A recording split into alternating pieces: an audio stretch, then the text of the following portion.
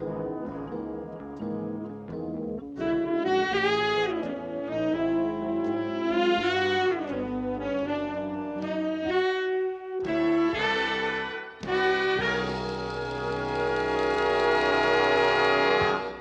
to SteeleWatching, which is a podcast for Remington Steele fans. My name is Sara, and I have only just managed to make my top 5 list as of last night at 11 p.m.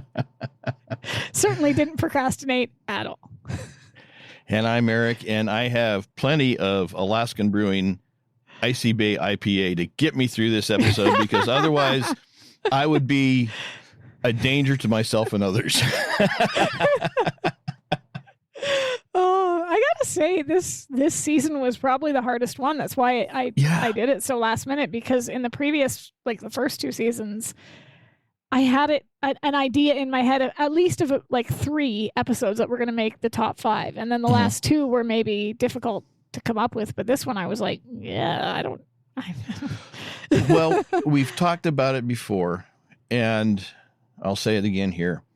The problem is it's one of those, it's a good problem to have, but it's still a problem. It's, is that the difference in quality between the best episodes of this season and the worst episodes of this season is such a narrow window. Yeah. That it's hard to differentiate between this one and that one in terms of their score. I mean, you're down to, okay, I'm going to give this one a 9.75392, but the next one is 75.389. It's like, you're not wrong, because I was going through the episodes and I was looking through them, and it was more about, okay, this one was good, but the overall plot structure was a little weak, but there were some really good moments in it. Or this one was, the plot structure was great, but character-wise, they kind of missed the bat a few times. And it was hard to like put it all together into one coherent thing. So yeah, well, and we've said that before too on the previous seasons, where it's, especially season 2, where it's like, this one has so many good points in it, so many good moments. I really hate to slight it, but it's got this little issue over here, and it's like, I want to, but I can't. We've said it before, though. Like, the worst episodes are still better than a lot of the other stuff that's on TV. That's right. Which is again a good problem to have, right? Like, even the episodes that are, and to this, we haven't gotten to it yet, but there is still one episode of this show that I hate. I really hate it. And it's not Bonds. I know that's what people will think. It's not. But even that one, I'm a completist, so I watch it. If I'm doing a full run through, I don't skip it. Yeah, I know. I in the same token, I am also a completist. And my wife and I were at the bookstore the other day, and most used bookstores these days have sections for CDs and audiobooks and DVDs and Blu-rays, and I didn't have the money, and I debated, because I saw, see this terrible Canadian person that I know sent me season 1 of Buffy, and it's not really a show that I would normally watch, but I'm a completist, and so I saw this like season 2 and 5 and 6 or something like that sitting there on the shelf, and it's like, I really don't have the money for it. And even if I did, do I want to? But I've got it started. I've got to finish it. It's like, I can send them to you. I can send them to, it gets better, I promise. Season 1 I did warn was a bit of a rough slog. So once you get through it gets better. Yeah. Well, we're, I think, most of the way through it, but it's season 1, and we're also going through Sleepy Hollow, which, again, is not necessarily my taste, but since it has a Bones tie-in, there you go. Yeah, it does. I've got to, because as you said, I'm a completist. So if I wanted you to watch something, all I have to do is send it to you, and then you have to finish it. Is that how that works? Unfortunately, it's a personality flaw. Let's call it Good that. to know. Let's call it what it is. It's a personality flaw. And which means you have to watch season 5 of Remington Steele, because you can't just skip it. And there's a singer-songwriter that I've been a huge fan of for years, and he's got one like 7 CD collection that's got a bunch of unreleased stuff on it, and I couldn't afford to get it at the time that it was out. And now if I find it, it's like $400, and it's like, I want it. I can't afford it. I want it. I can't afford it. I've got most of it. I want it. I can't afford it. That's the little angels, the angel and the devil that having that little argument there. Wouldn't it be funny if there was like an angel and a devil situation happening on Remington Steele? One of them would be Steele and one of them would be Laura. Just be like, and maybe it would be Mildred. Mildred would be having, she'd have some sort of decision to make, and then Laura pops up on one side. Don't do it, Mildred. Steele's on the other side. Go for it, Mildred. You know you want to. I'm just saying. Okay, there's fan fiction. Anyway, let's stop messing around. Let's get this thing over with so I don't have to deal with it any longer. Oh, Muffin. Life is tough. So season 3 overall, I think I have kind of a love-hate relationship with season 3. We talked about it at the beginning of the season because of the episode order situation with everything going on there, with the freeze or the thaw and the freeze and the, all the up and down terms. Roller coaster. Yeah. I would say that it's interesting because continuity-wise, this season actually is one of the most continuous if you watch the episodes in the right order and don't watch Steele and the Chips 3 episodes before the end or whatever. Yes. Right? But like in terms of an overall arching plot, we hadn't really gotten that before with the first 2 seasons. We got some stuff because obviously with Murphy and Bernice leaving, that gets mentioned in season 2, and there's some elements of season 2 that kind of touch on them being gone.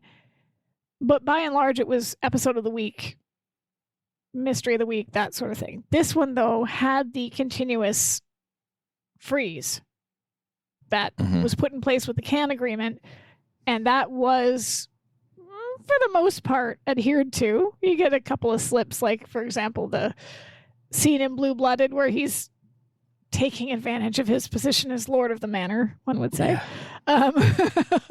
Or, other stuff like that. But for the most part, it was adhered to fairly strictly. And then when they get to the thaw, the episodes that followed were all of, again, with the exception of Chips, pretty much all related to them trying to reconnect or reestablish the relationship that they had and not doing a very good job of it because, of course, they're not communicating. And then ending in a finale that actually felt like a finale, which was the first time we'd gotten that too, because the first 2 seasons we got a finale, but it wasn't really. Yeah. It felt like a regular episode in a lot of ways, whereas this one actually it's a cliffhanger. We know that they must have. I mean, obviously they would have known at the end of season 2 they were coming back for season 3. I don't know if they knew at the end of season 1. Do you? I don't know. But, just because a show does a cliffhanger doesn't necessarily mean that they know that they're coming back next season. No, absolutely not. Because after all, look at Galaxy Quest. Or the series finale of Lois and Clark. Yeah, that was a cliffhanger because they thought they were coming back and they didn't. So surprise, surprise, surprise. Yeah, the episode literally ends with, spoiler alert for anyone who hasn't seen the show, Lois and Clark answering their door to find a baby wrapped in a blanket with the Superman symbol on it and a note that says, Lois and Clark, this child belongs to you. And then that's the end of the show. So you're like, cool. We will never know how that turns out. Awesome. Yeah.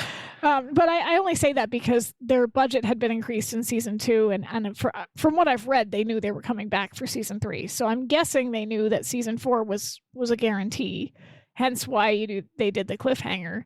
I don't know about season 1 though. Do you know if they knew season 2 was happening? I don't know. Because that would have been interesting to see what they like. And again, I get it. If you're not 100% sure, you're going to put out an episode that maybe just feels like a good, strong episode for your last episode of that season, just in case. But this one had a fairly good cliffhanger to it. Yep.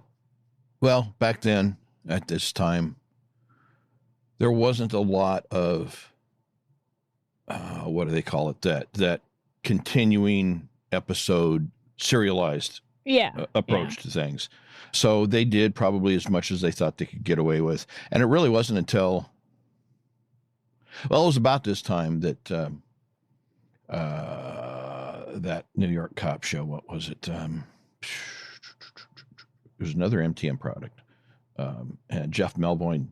Hill Street Blues? Hill Street Blues, yeah. Yeah. They were one of the first ones to actually go into this serialized format on broadcast TV, which was about this time, but it still wasn't the norm. So, which is interesting because soap operas had been doing it forever, right? And soap operas were well. I only point that out because soap operas were an interesting thing, not just because it was continuous, but also because it was daily. It wasn't even weekly. Right. So if you missed one day, someone got married, someone died, someone's twin brother turned out to be a woman, like you didn't know what was going on. And it was, so it was interesting just what kind of audiences would gravitate to what sort of thing, because my guess is anyone who's watching Remington Steele is probably not expecting a lot of serialized content, right? They're probably expecting to be able to jump in at any point. And then maybe that's why season 5, I know there's a lot of problems with season 5, but maybe that was one of the issues with season 5 was that it was highly serialized to the point where if you missed an episode, you were like, why are they in Ireland? How did they get to England? What is happening? Huh? Like they're on a boat. What? I don't know. But then again, even shows that came after it, like Northern Exposure, were not serialized. So it took a while for that approach to become more common. Yeah, a lot of networks were very resistant to it. I saw actually a documentary on Deep Space Nine a while back. I can't remember the name of it, but it was a really good hour-long documentary. I saw it in the movie theater, actually. And they talked about how, I think it was Ronald Moore that ran that show, wanted to serialize it. And the network basically said to him, do not serialize this show. If you serialize this show, you're in trouble because we want this show to be completely episodic, the way Next Generation was. And to be like, there was some content that carried over, but for the most part, it was all pretty episodic stuff. But they said, yeah, no, we're not going to do that. And then they did the Dominion War, right? Which was the complete opposite of what they were told that they were allowed to do. But it went really well for that show. The fans actually really responded to it. So I don't know. I'm wondering how people responded to the fact that this was more serialized this particular season. Not completely, but I don't know. That's a good question. I don't know that discussion has ever come up in the fan groups. So it's an interesting question. Interesting. Yeah, because like this really is the only season. Let's post this as a question in the Steel Watchers fan group. We should. Because this really was the only season that did it this way, aside from season 5. Even season 4, which is more continuous in some ways, is still not really serialized. It just they have a bit more of a connected feel in season 4. Yeah. So what are some thoughts on Mildred this season? Because like last season was her introduction, right? Well, she's definitely progressed as a member of the agency's team. I kind of, in some ways, think that they've deliberately kept her in the dark a little longer than they should have because I mean, there are so many clues this season that Remington Steele was just a figurehead, and of course he mentioned so that obvious. To her in a season 2 episode, but it's really maybe it was a season 3 episode. It was season 2. It was season 2. It's really it's the kind of thing where, writers try to keep characters' knowledge or their relationships or whatever. They hold it back intentionally, and it just gets frustrating when you're sitting there screaming at your TV, why haven't you figured this out yet? And you know that it's a deliberate choice on the part of the producers and writers of the show to not let that character or that relationship or whatever develop in its normal course. Yeah. I felt like Mildred was kind of sidelined in a lot of the episodes this season. Well, that too, yeah. Which was unfortunate because when they do use her, she's hilarious. Mm-hmm. Right? When whether it's covering her in fish or, kidnapping her several times and returning her or whatever it is, like she's, you've got Doris Roberts on your show. Yeah, she is great.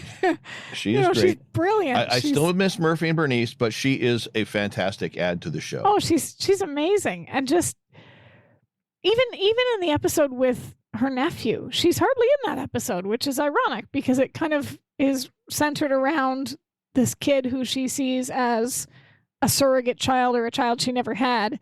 And she's only in a few of the scenes. It's more about hiding the body and the comedy that goes with Harold being awkward to move around. But yeah, the episodes she does get used in, she's used really well. But I think part of the reason why she's sidelined a bit, like you were saying, is that there's only so far you can go with her not knowing the secret, as you mentioned, right?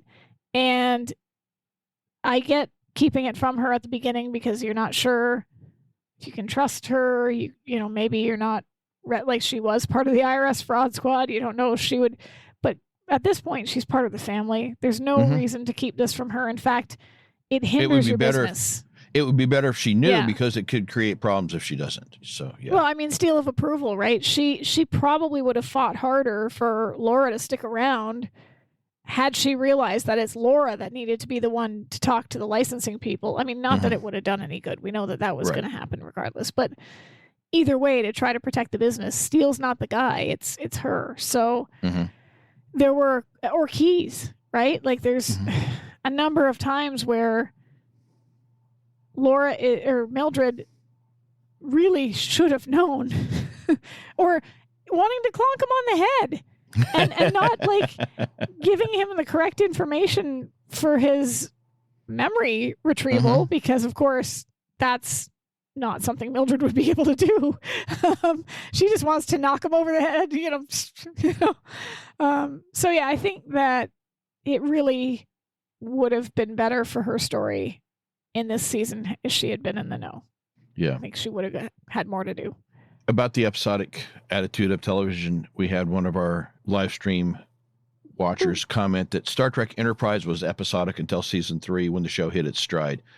And I never watched that. To me, it felt like a J.J. Abrams style alternative universe because they'd already established a certain timeline in the show. They'd established a history of the Enterprise. That ship was not in it. It was supposedly hundreds of years before the original series, and yet it looked like it was designed, the sets, the miniatures, and all that was designed totally out of context of the sequence of the ship designs. It just, I tried to watch I just never got into it. I think we finished the first season and we just couldn't, and I was told, keep watching, it gets better. And I truly believe them. Yeah. And it was just one of those things where I don't know that we had the actual DVDs, and I think maybe we lost whatever channel had the streaming rights and just didn't bother to find it again because it was like not really catching us. But I want to go back because I am also a completist, so at some point I will have to watch it. But... Well, I kind of had a problem with it as soon as I heard the theme song. It's the only... It wasn't, from what I've read, the theme song was not written for the show. It was actually something that they dropped in from another source. So you didn't have faith of the heart, huh? No, it was a vocal. It just didn't fit the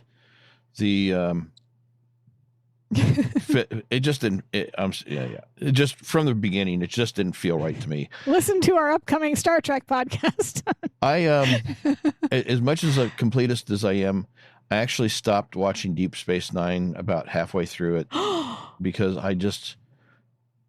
it got boring. Oh, it gets really good.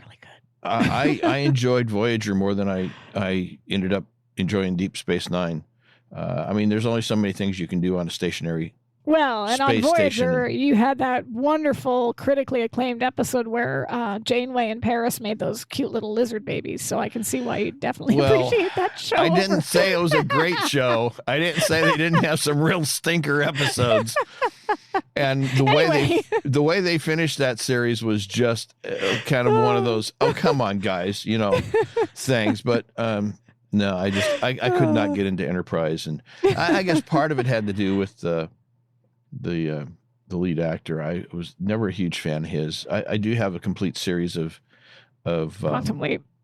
Quantum Leap, which was actually given to us. I haven't watched it yet, but I've got it. It's on the shelf. Anyway, so that's our recap on Star Trek. Yes. I think season 3 was probably the most consistent season. It's interestingly, not my favorite season. I don't hate it. Okay. No, I don't. I think it's because even though it's the most consistent season and it has a bunch of really good episodes in it, it doesn't have a bunch of really, like season 2, for example. I immediately knew Red Holt Steele was going to be in the top 5 for me. Mm-hmm. Love Among the Steel was going to be in the top 5 for me. Like those were standout. I immediately think of them when I think of season 2. I don't really have a lot of that for season 3. I have it had consistency, I think, over that. Season 2 was a little bit more uneven. The good episodes were really, really good. The less good episodes weren't terrible, but they were. It was up and down, I think. Yeah. So. Yeah. Well, I would say overall, season 2 had a wider variation in the quality, and it had some really good episodes. Season 3, I think, was, as you say, more consistent, but maybe didn't quite reach the same heights. So where season 2 might have ranged from a 50 to a 90, season 3 was like maybe from a 70 to an 80 or something like that. And I think some of that had to do with the sheer amount of episodes where they are pursuing stuff on their own and not connecting or talking to each other. And I'm not even talking about the relationship aspect of it. I'm literally just talking about having them in the scene together, because there were so many episodes where half the episode, they're not in the same room. And that was done in season 2 as well, but usually it was done for comedic effect, or it was a one-off. It didn't happen as often, whereas this season, it happens more and more often, and it's kind of linked a bit to the freeze, but even they keep doing it even after the freeze. And it's just, you don't feel that the characters were, it probably went with the relationship. Just there just wasn't that same sparkle between them all the time. It was hit and miss. So some of that I think was missing a little bit. It was a big swing, and I applaud them for taking it, because at the time, again, that serialization, even this much, would have been a lot. But I just think there was it felt a little bit more disconnected than the other 2 seasons. So So, should we get into top 5 fan responses? If you insist. All right, should we do other people's contributions and then? Oh, yes. Okay. Always. They're all in that doc you sent me, right? Like all of them? Even the last minute ones?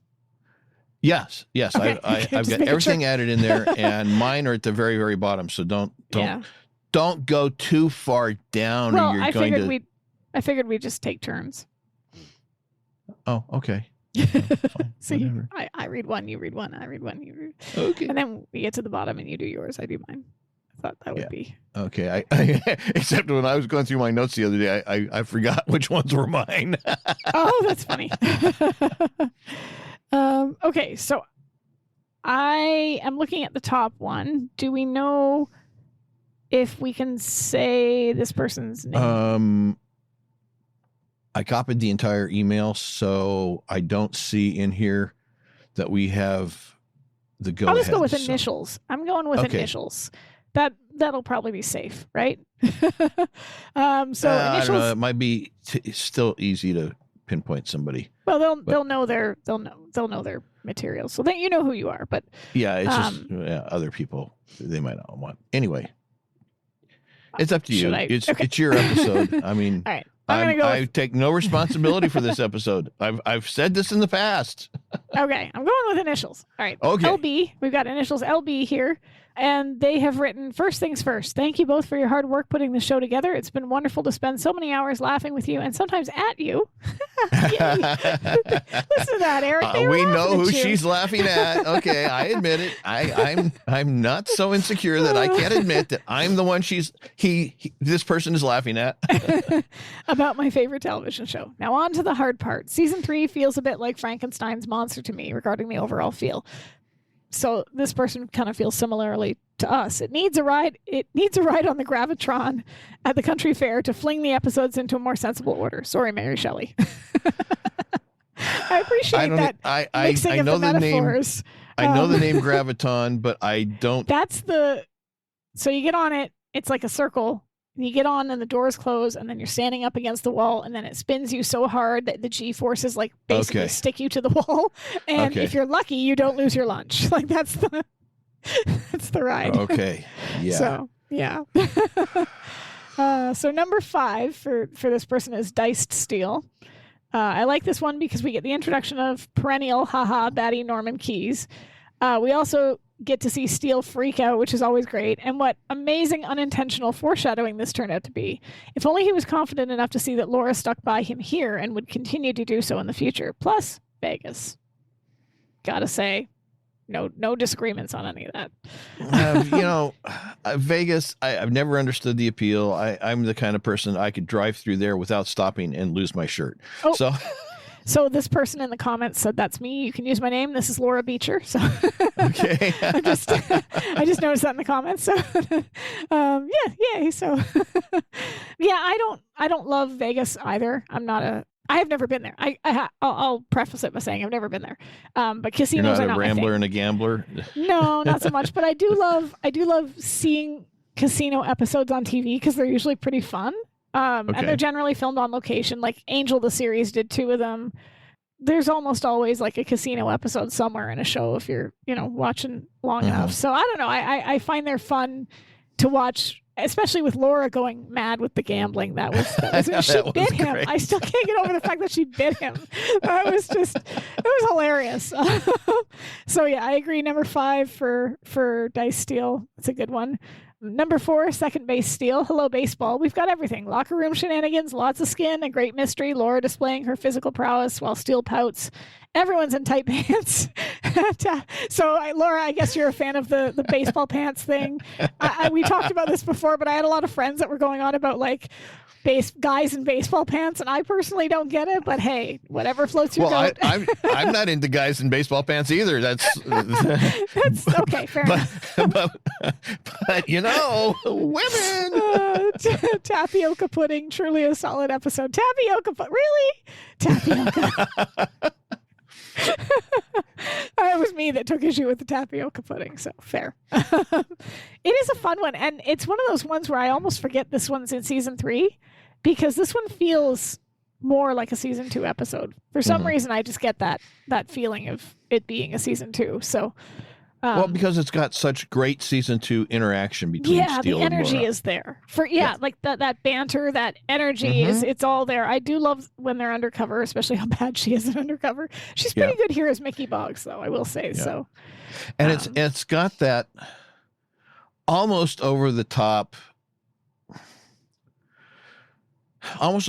feel to the comedy and the humor. Not quite as far as Steele and Chips, but I mean it's in that same zany ballpark for sure. Notice, get my joke there. It's in the same ballpark. Oh yeah, ballpark. But okay. Then we've got Steele trying for number 3. Things are bad if Remington Steele is craving a hot dog. Fair. Garnishes. Fair. Craving garnishes. Olives in the martinis. He'll take what he can get. Another solid episode where our favorite duo spend the bulk of their time running for their lives. That's always a blast. Pun totally intended. We can see how hard he's trying to get Laura away for a romantic interlude, which we all know she doesn't really need because she's all about the words. But shocker, it's the most romantic thing anyone's ever done for her. And I do love that twist. because he's obviously, especially when he's telling her about it, and he's just like ready. He's taking, like, he's bracing for impact as he is admitting to her what he's done. And then she's like, that's the most romantic. It's just a great twist. And it's a good one for sure. Number 4, we've got, or sorry, number 2. I'm at number 2. Steal Your Heart Away. Well, just go backwards. Yeah, I know. Number 2, everything about this episode, Steal Your Heart Away, is amazing. Ireland, learning Remington doesn't really know who he is, learning he wants to know, and not just for Laura, watching his heart break at being denied his identity. We get an amazing case sewn in, a roll in the hay, and Mildred's sage advice. Plus, Pierce's parents at the end were a lovely addition. Yes, his jacket at the end is atrocious. So, yeah. I agree with all of that. The jacket, it needs to go. But the Ireland scenes and I call episodes like that visual, like, location porn.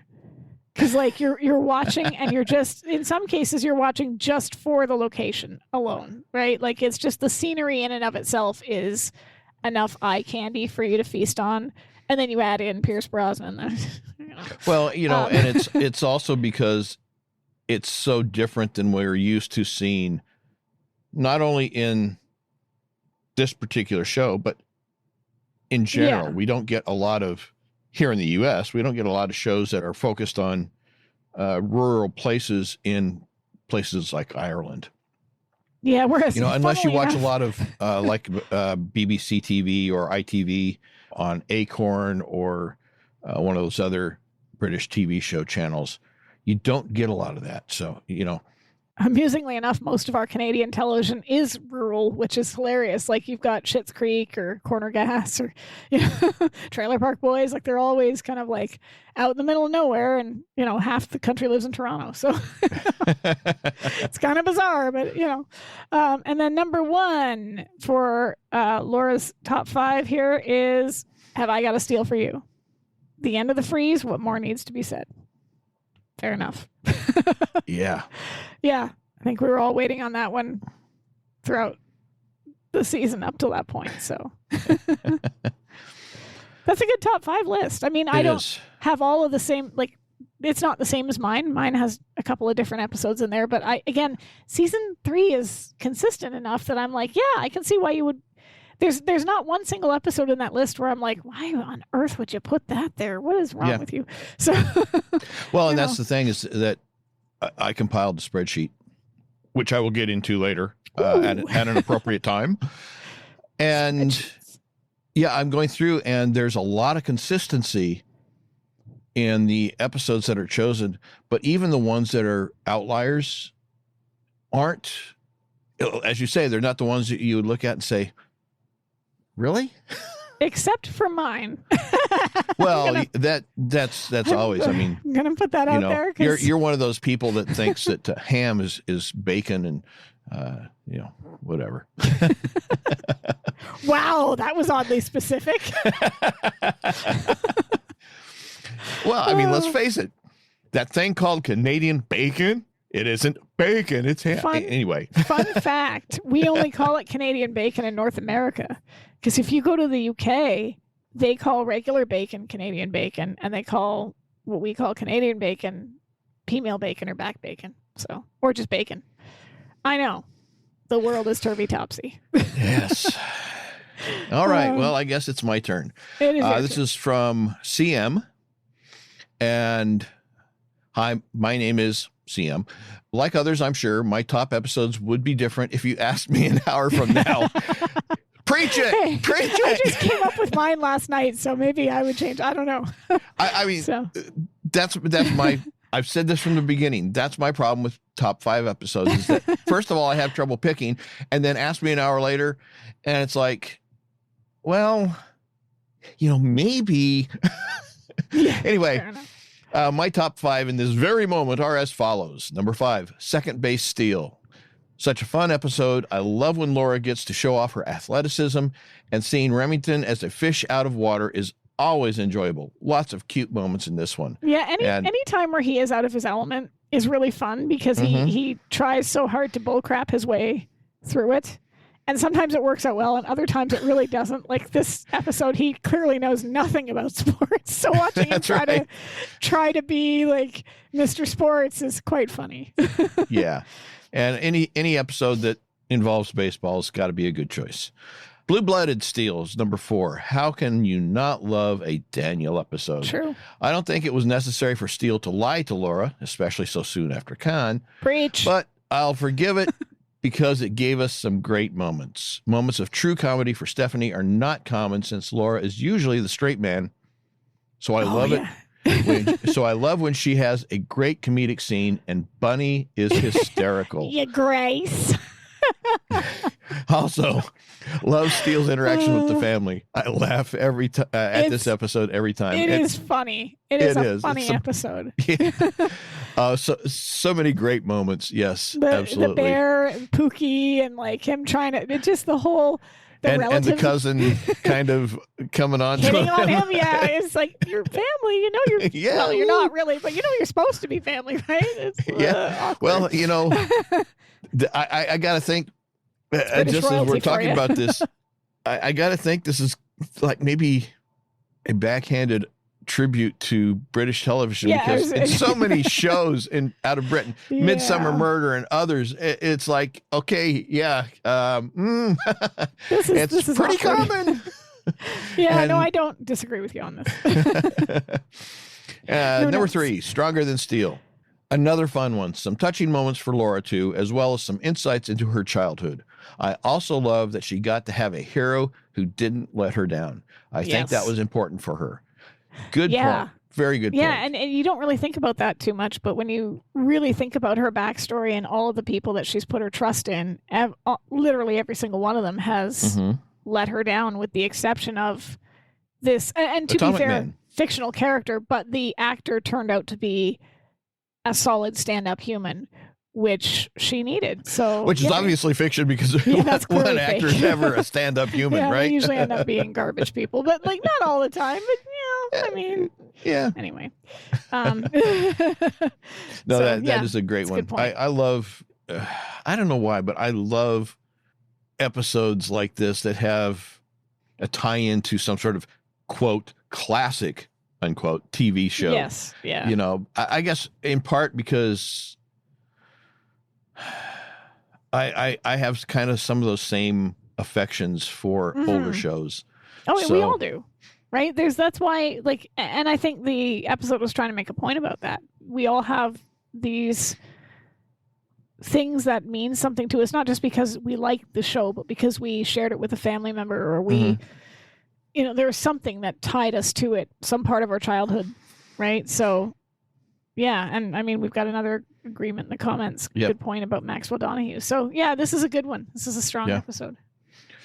I even have a fond affection for a TV show that is hard to find on any episodes on DVD. Lancelot Link, Secret Chimp. I mean... Sorry, I don't mean to laugh, but that is funny. It's funny because that show is a parody of Get Smart, which in turn was a parody of right. Superhero Spike, like James Bond and stuff. But anyway, it was a great show. Number 2, Steele Trying. I love seeing them lean into being a dating couple as much as these two ever do. Fair. The fake case angle is fun and shows how well he knows Laura. The conversation while they dance is bittersweet with hints of what's to come. This episode is a great penultimate for season 3, showing how lovely they can be together as well as the roadblocks, internal and external, that seem to stop them at every turn. Yeah, that's a really good summary of that. Yeah. I think it's really the internal roadblocks that are their biggest obstacle because external ones, you can always, as long as you're working on them together as a team, you can get through them. You may suffer in some ways. Things may not turn out the way you always want them to, but they're external, and as long as you've got those internal connections, you're good. But if you have internal roadblocks, there's nothing you can do except either fix them or fail. And I think Steele Trying did a better job of articulating those roadblocks than some of the other episodes, because some of the other episodes it definitely felt like it was there specifically because the writers were like, oh, wait, we got to keep them apart. What can we do now, right? Whereas this was her admitting to herself that it's not just about his past and it's not just about his name and it's not just those external issues. It is literally she's afraid of herself. Like this is part of her. She's admitting to her being part of the roadblock. So yeah, it's a good one for that, for sure. Yeah. Her number one, his number one, their number one. Number one, have I got a Steele for you? The conversation at the end about the thaw is sweet, and the tenderness of that kiss is enough to put this at the top of my list. I love his gentleness with her as she tries to communicate feelings she's still working on identifying for herself. Yeah. And Mulch is just a fun character, which is absolutely true, which is why I love seeing him come back several times, over the course of the series, because he's grown on me. I will admit he's grown on me. I identify with him so much. I don't think I appreciated him as much as I do now that we're doing this podcast, because in thinking about his character, he definitely has grown on me. And I do like that this person pointed out the sensitivity that he shows here when she's trying to articulate her thoughts, because other versions of his personality would be tempted to capitalize on it and be like, oh, really? You want to hug me? Let's snuggle down here on this couch and we'll talk about it. But he doesn't do that because he recognizes that she's in a very vulnerable point and that he wants her to do that work for herself and help her to get there, but knows that if he pushes too hard, she's just going to retreat. So it's handled really well, very subtly. And I think that was all 5 of that person's. So that was awesome. All 5. Yes. This one says, I can say the name. So Teddy, I think it's, pardon me if I mispronounce this. I apologize. The last name, I think it's Kamir. But if I'm wrong. That's what I would go with. Please, I apologize if I'm wrong. But she said it's just Teddy and I'm a girl. So we know that. So that's awesome. And Teddy said, hi, I just discovered your podcast. Still welcome. Only in season. Yes, welcome. Thank you for listening when you get here, because she says she's still only on season 1 of it and relatively new to Remington still. That is amazing that people are still discovering this show 40 years later. Like, I can't even fathom, like, I guess I came across it 20 years after the fact, but even still, like, it just feels so cool that people are discovering it and then coming to the podcast and listening to the episodes. Mm-hmm. So yeah, that's awesome.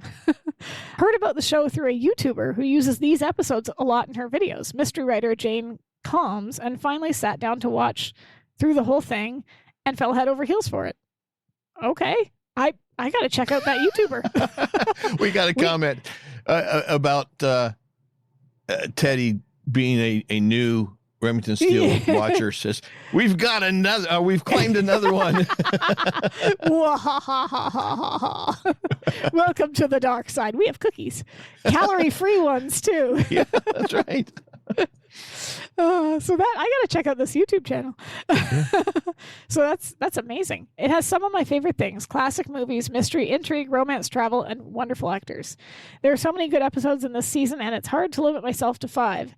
Here they are. I should mention that only the top 2 are secure in their position, and I haven't had a chance yet to rewatch many from season 3.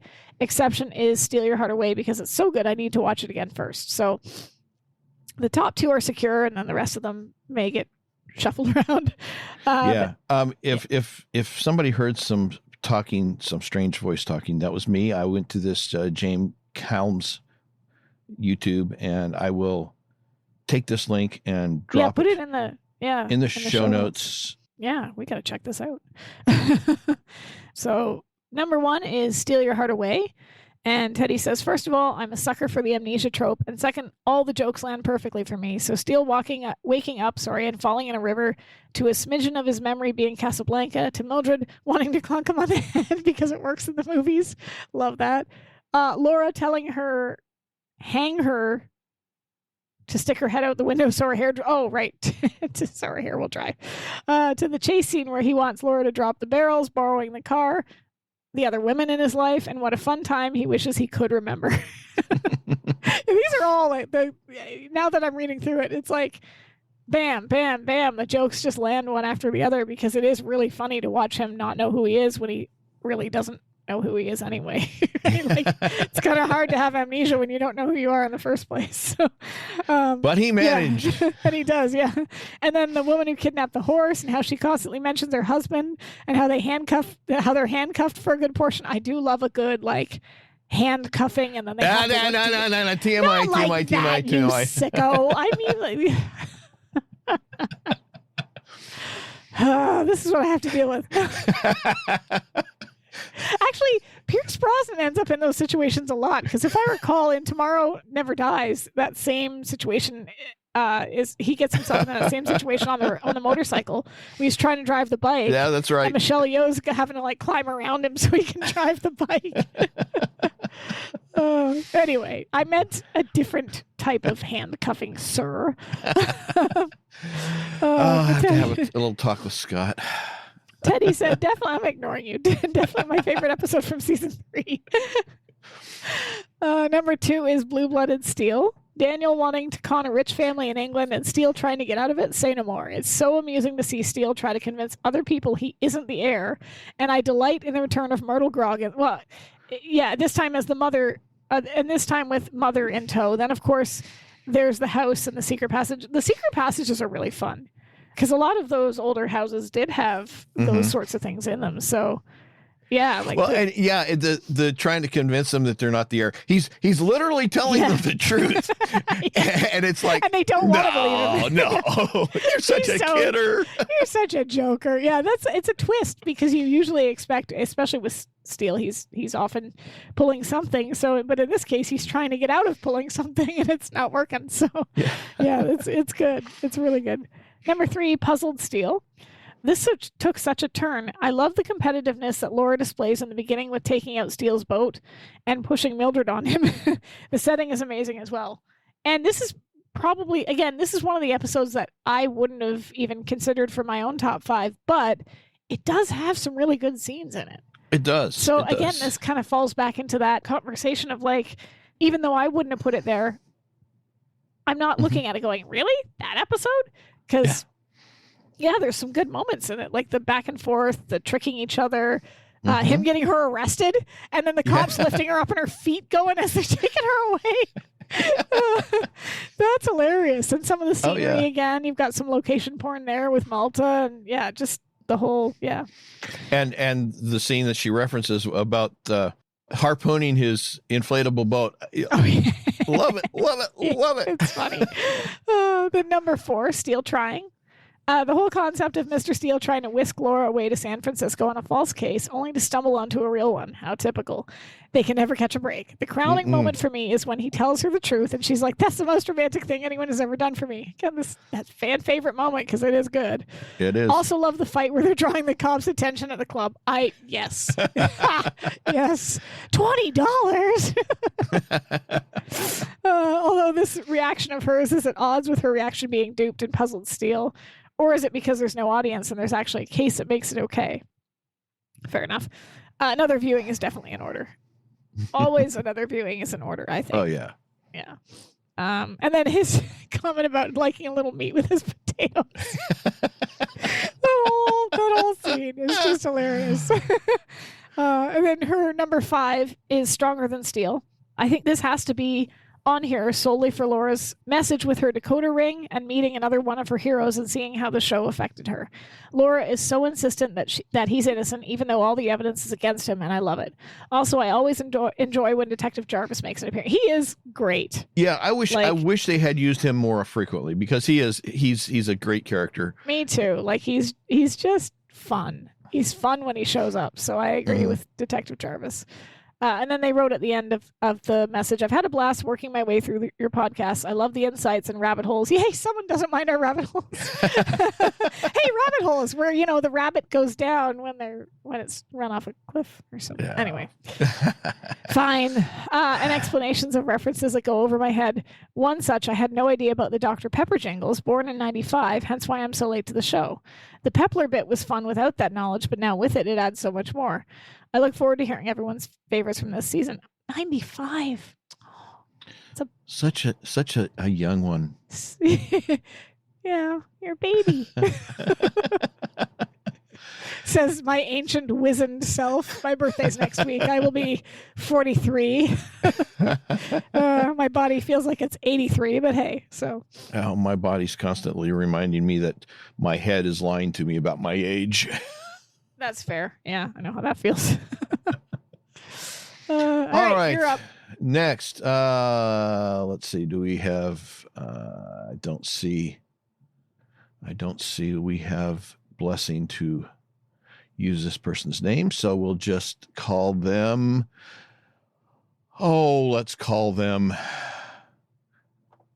Careful, he's calling on my people list. names now. I'm on my list. Oh, LS. He's calling people names now. That's right. I'm calling your name, LS. I discovered your podcast recently. Yay, another newbie. Thank you for joining us. Love it. Yay, we've captured and have been catching so up with the episodes. I've been enjoying the analysis very much and appreciate the close readings you do of the episodes because the series was so well constructed that it bears that kind of scrutiny. Oh, someone else that enjoys your long-windedness. I mean, our long-winded. Thank you for the compliment. That's for the handcuff comment. Partner. Okay. That's for the handcuff. I heard and enjoyed your earlier favorites roundup episodes, but found the podcast too late to participate. I'm glad to have the chance to chime in on my favorite season of the series. Interesting. Favorite season. Awesome. I think there's probably a lot of people that would agree with that assessment of season 3. For me, what made Remington Steele so special was the way in which it managed to accomplish so many different things in each episode. The best Steele episodes told a good mystery story, paid homage to one or more worthy classic movies, and portrayed two people in the process of falling in love in real time. There are very few, if any, artistic representations of the latter, so that might be one of the things that will always hold a unique cultural place for the series. Not every episode manages to do all three at once, but a lot of them do succeed at the Triple Crown. Agreed. Yeah. With all of that. With that framework in mind, here are my 5 favorite third season episodes. And I've placed them in order in case Eric wants to weight them for statistical purposes. But this person knows you. But all 5 are shows I love. Well, I would have done that except we had several submissions which did not give us sequences. So I couldn't do a whole lot with that. But I did try and play with it a little bit. Anyway, they're number 5, Cast and Steele. Interesting. Okay. It's not hard to be caught up in Steele's infectious delight with this one. That's true. In some ways, this is Steele's version of Stronger Than Steele. Yeah. In that he gets to fanboy out, where in that one, Laura got to fanboy or fangirl out. Yeah, so it's really kind of a book into that. So yeah, it's a good choice. The guest stars are great, particularly Nolan. Yes. Absolutely, I agree. Absolutely. That guy hits it out of the park. He's so funny. And they hit the right balance of reality and wit for the show. Ms. Zimbalist once described the show's murders as taking place 2 feet off the ground, and that's a hard tone to achieve, especially for guests. It's true. I know you didn't love the flashback structure, but I thought it was a lot of fun.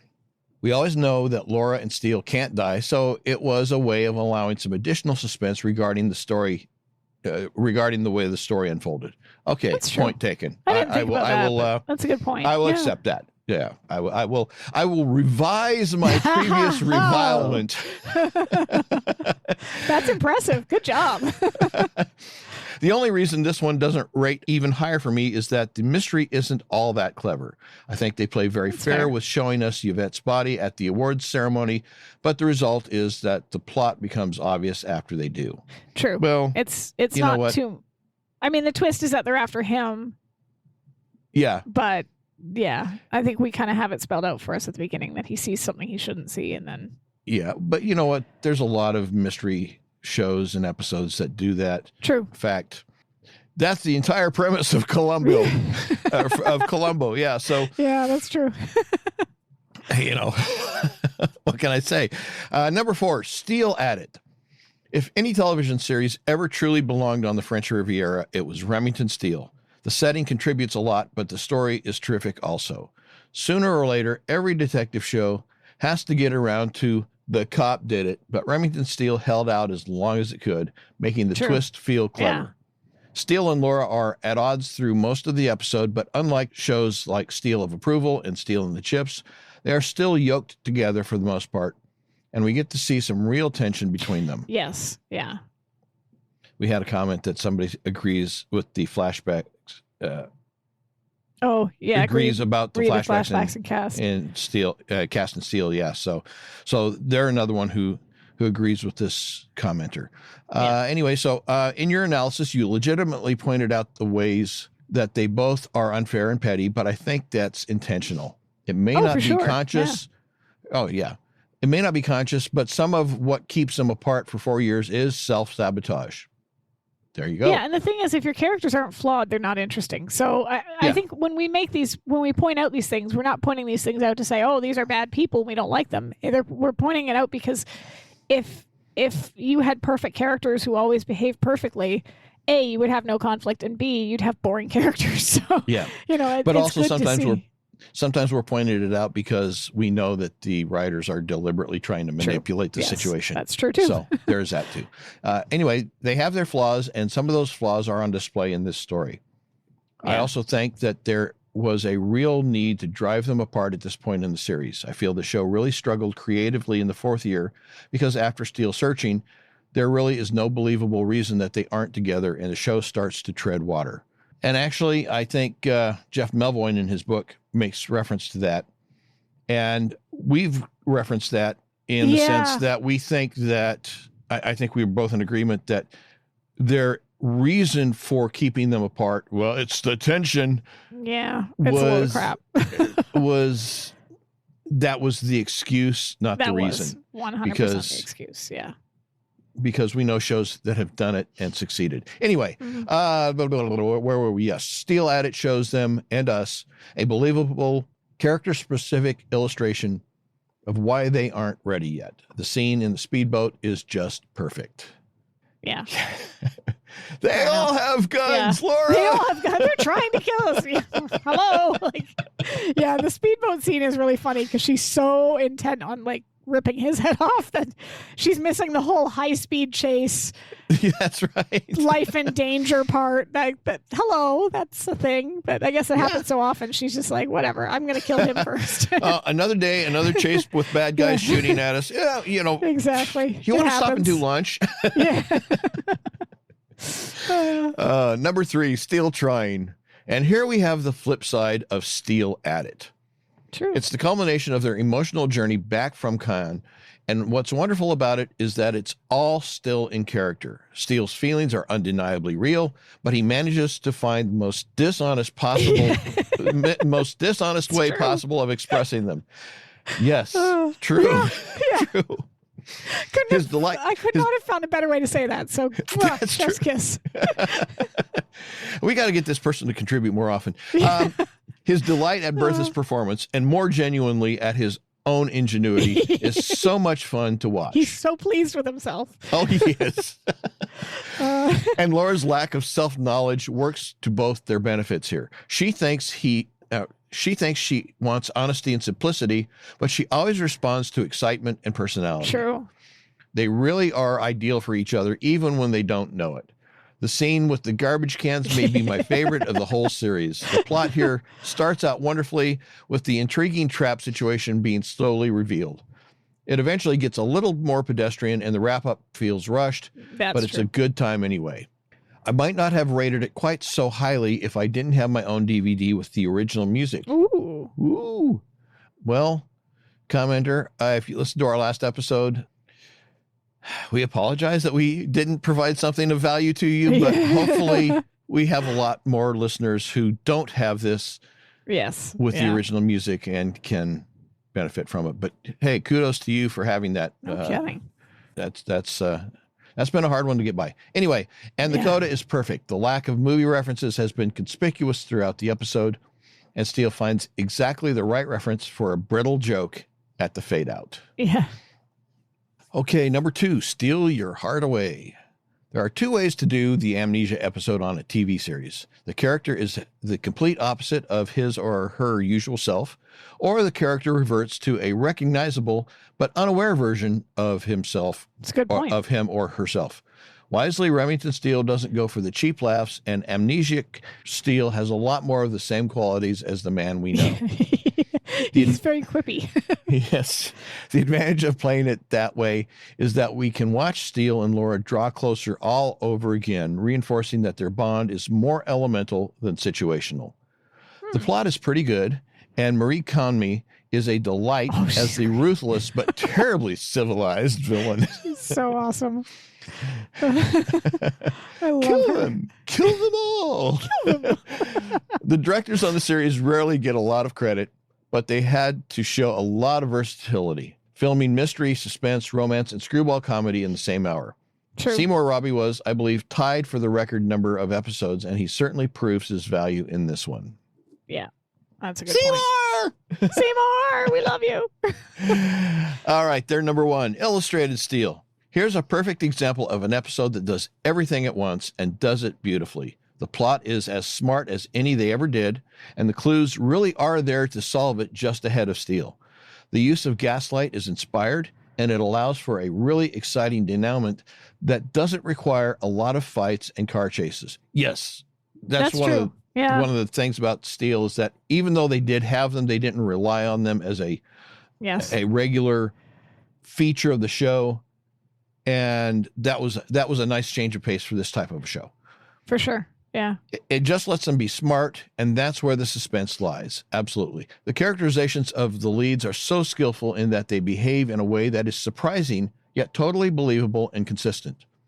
The position switch is given some personal weight when Laura accuses Steele of being scared of their future, but Steele convinces her of the sincerity of his conscience, always a very important part of the character, and they end up on the same page when it counts. That's a good point. Funny and smart and atmospheric. The best script by Sackmar and Lenhart, and great work by director Gabrielle Beaumont and the whole cast. And when I did my research on her, if you remember in the episode, finding out that she was such a prolific director, the first female director that we had for the show, like that, and to like when I re-listened to that episode, I was struck by how many times we were mentioning things like scene transitions and just the way the visuals were interspersed with the storyline and how that was telling the story. And that's all down to the director. Like they put that part together. of it was the writers, because they did have some of that in the script, but the execution of it, the way it's done, is definitely down to the director.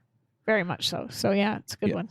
And back on Steal Your Heart Away, we had another comment that says, great points about Steal Your Heart Away. Yeah, we got to get this commenter more involved. They've got some great points. Exactly. Tons of potential honorable mentions from my favorite season, but I'll be merciful and just name the episode that came closest to this list, Diced Steele. Oh, I love Diced Steele. I apologize for running on ad nauseum. No, that's okay. Have you listened to our episodes? You've listened to our podcast. You're fine. And I certainly don't expect you to share all this on the podcast. Too late. Just wanted to explain my reasoning for whatever it's worth. Thanks again for your terrific work on the show, and looking forward to hearing your thoughts on the rest of the episodes. Yay. Yeah.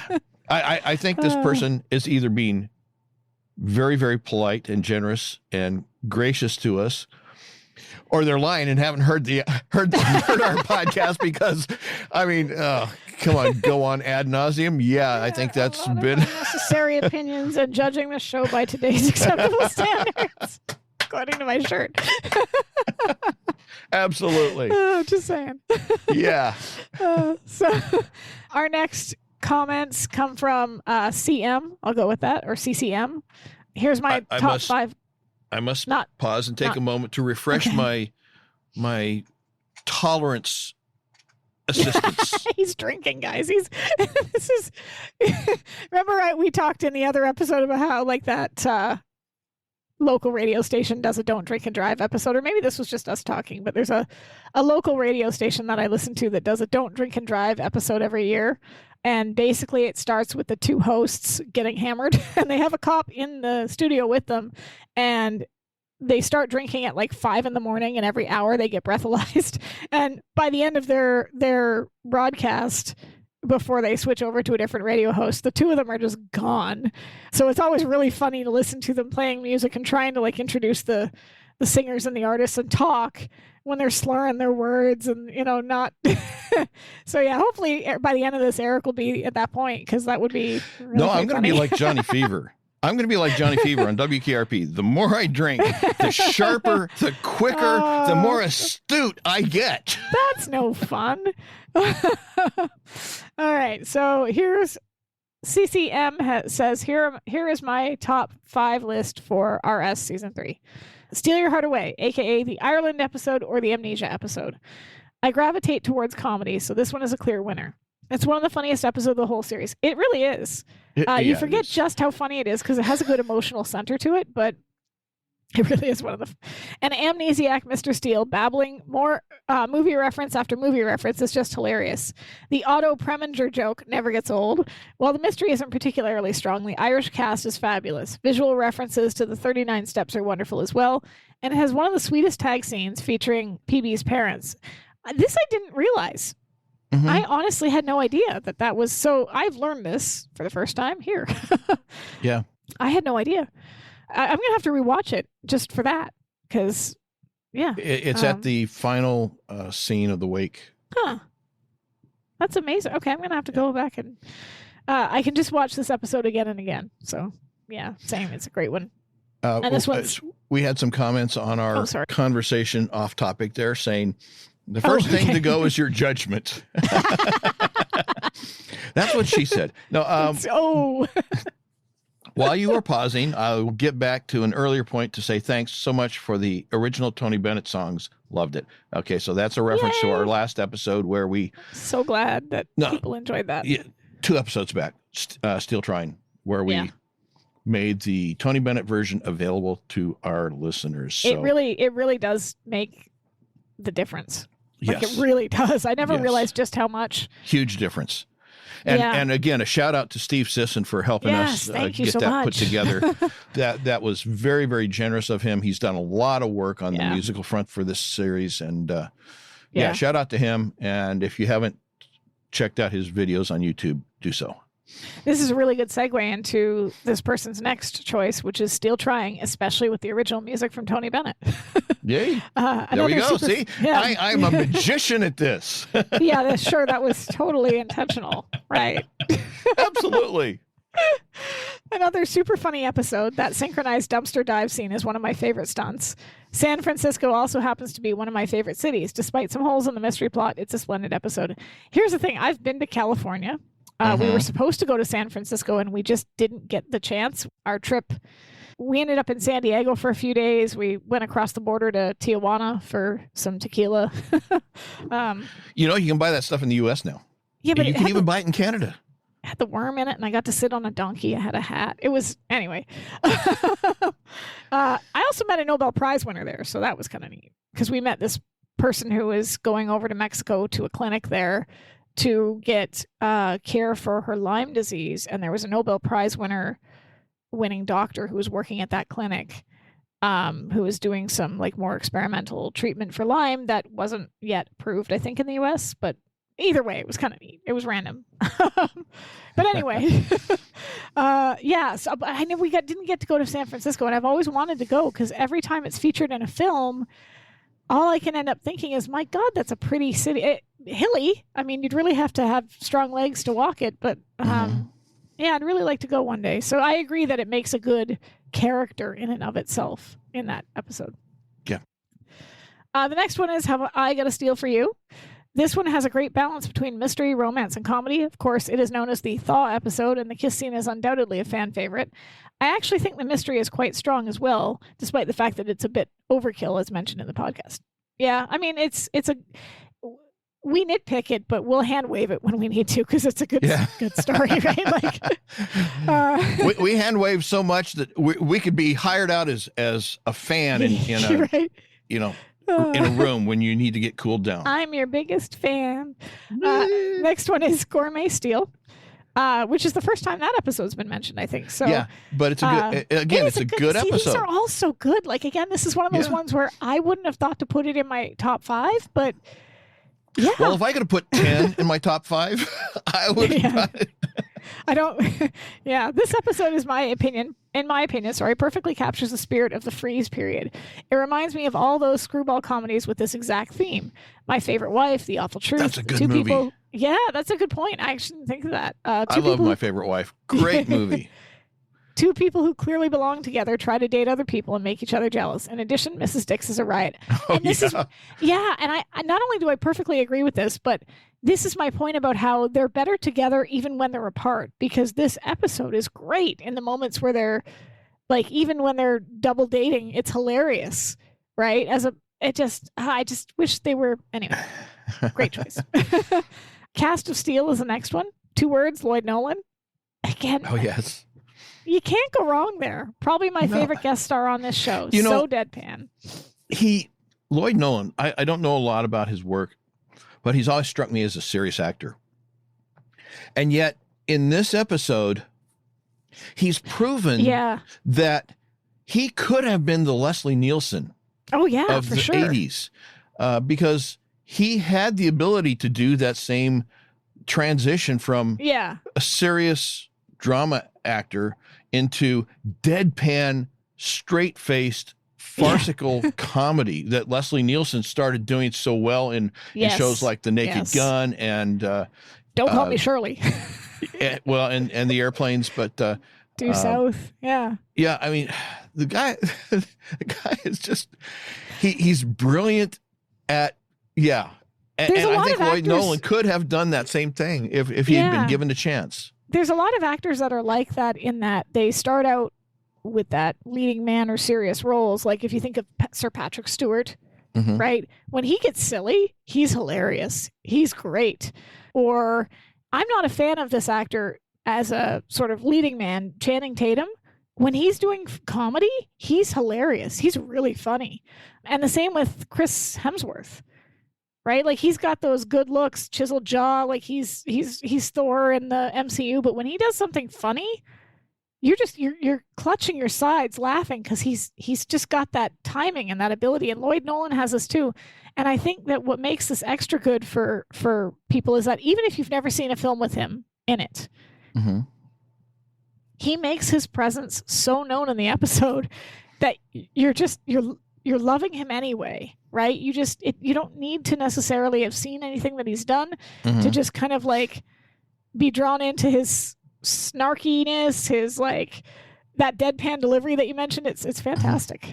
Actually, just as you were saying that and talking about it, I realized there's some differences, because Jack Benny was never truly a serious dramatic actor, but he had that same delivery, that very deadpan, very unaffected attitude, and a lot of the humor was in the seriousness and everybody else's reaction to it. And so I'm a huge fan of Jack Benny. To Be or Not to Be was a great film that Mel Brooks managed to ruin in his remake. You heard about the Spaceballs sequel, right?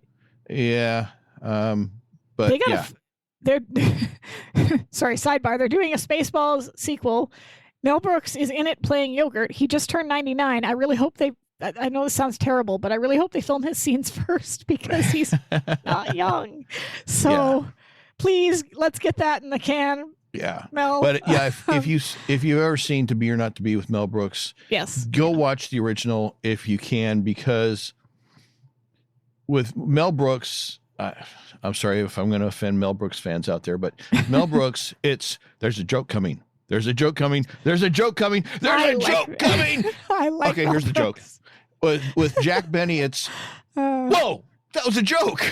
Yeah, I like Mel Brooks, but I see where you're coming from. Oh, also, I just noticed they put it down at the bottom that we could use their name. So this is Chris Chen Mahoney. I apologize. Okay. I didn't see it at the top of the email. So, So in addition to loving Lloyd Nolan, Chris says, I do enjoy Virginia Mayo and Dorothy Lamour as well. Although the mystery is overly simple, the cast makes up for it. So agreed with all of that. Absolutely. Some honorable mentions. Dice Steele for its excellent, intriguing mystery, the introduction of Norman Keyes, and the scene of Laura at the craps table. Yes.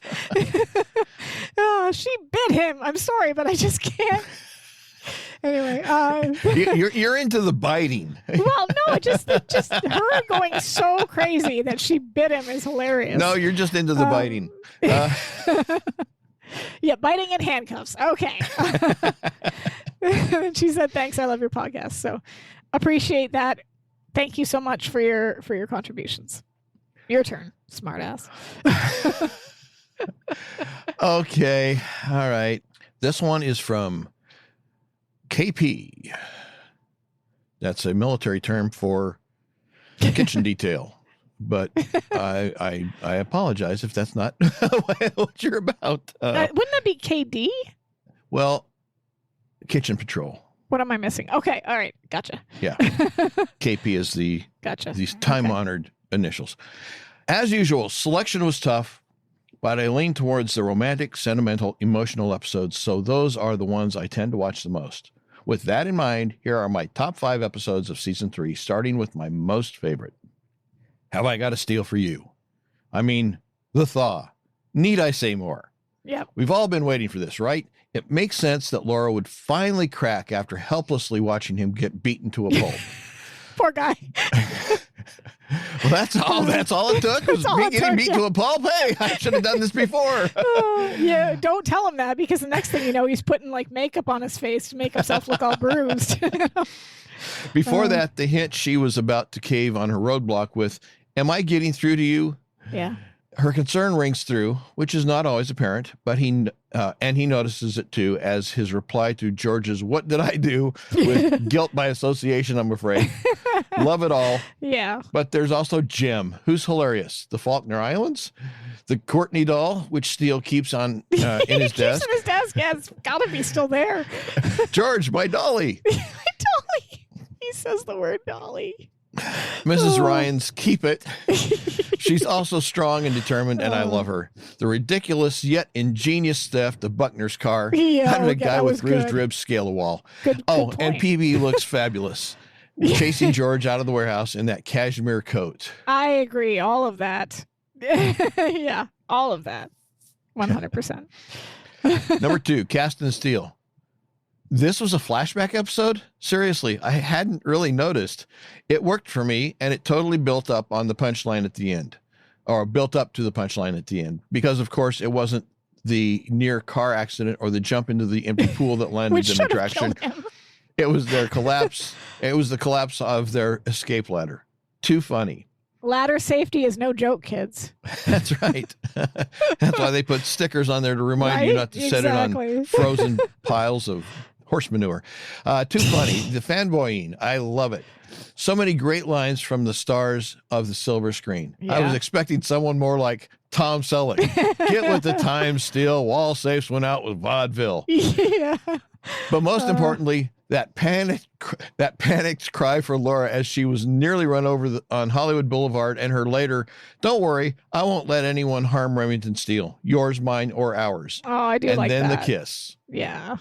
Where's that roadblock now, Laura? But it's moments like these that convince me the things. But it's moments like these that convince me the things Steele saw in her that set her apart, that made him stick around, was her heart. It's brought up in Dice. Reminds me of you, Queen of Hearts, and demonstrated early with "We'll Do It Together" in season 1, episode 2, Tempered. That's a good point, that it really reminds you of what draws him to her, because we know what draws her to him. I mean, let's face it. Look at that face. There's more to it, obviously, but like the mystery, the intrigue, the She's charm, not just about the eye candy, you know? The zaniness. But yeah, sometimes we forget that he's drawn to her for very specific reasons, and this episode really kind of gives us that. So it's good. Yeah, well, and it does, because initially, obviously, we recognized that part of her charm for Steele was that she didn't just, as she said, tumble into his bed. But once you got past that hurdle, he saw the person in there. So yeah. Oh, and we've got a comment here saying, "Did you know they installed a special desk drawer just for Courtney?" And I remember reading that. I think that same person said that in the comments on the episode, and that's hilarious because if you think about it, you're right. The drawer really wouldn't have. It was like they were tiny drawers, but they would have had to put a bigger one in there. Yeah, most drawers that are top level drawers are fairly thin. It's not until you get down into the lower level drawers that they get deep enough that you would be able to shove a doll in there. Definitely kept that doll 100%. Got to save it for his grandkids or something. Yeah. Anyway, number 3, Gourmet Steele. Another one for Gourmet. Nice. Gotta love the action in this one. I'm a huge fan of watching Steele fight for some reason. Gold knuckles. That's fair. Yeah. And coffee tea. And that little martial arts type demonstration in the parking lot, just as Laura says her perfect man would have a black belt in karate, is perfect. I love that scene. That is hilarious, that scene. Then there's the well-choreographed escape from the kitchen at Lower Nate. Yeah. Comedic moments. Mrs. Dix in her nighttime escapades. Yeah, right? I was thinking about that the other day because, and I think I mentioned this in the recording, but there's literally no reason that needed to be added. No. It's just funny. It's just a good character moment for Mrs. Dix. It's just funny. So yeah, I gotta get some sleep. Bill Smith trying to get over his wife's departure in 78. Mildred's complaint about being a rejected abductee. Hey, she's got a real gripe there, okay? To be kidnapped and then returned is insulting.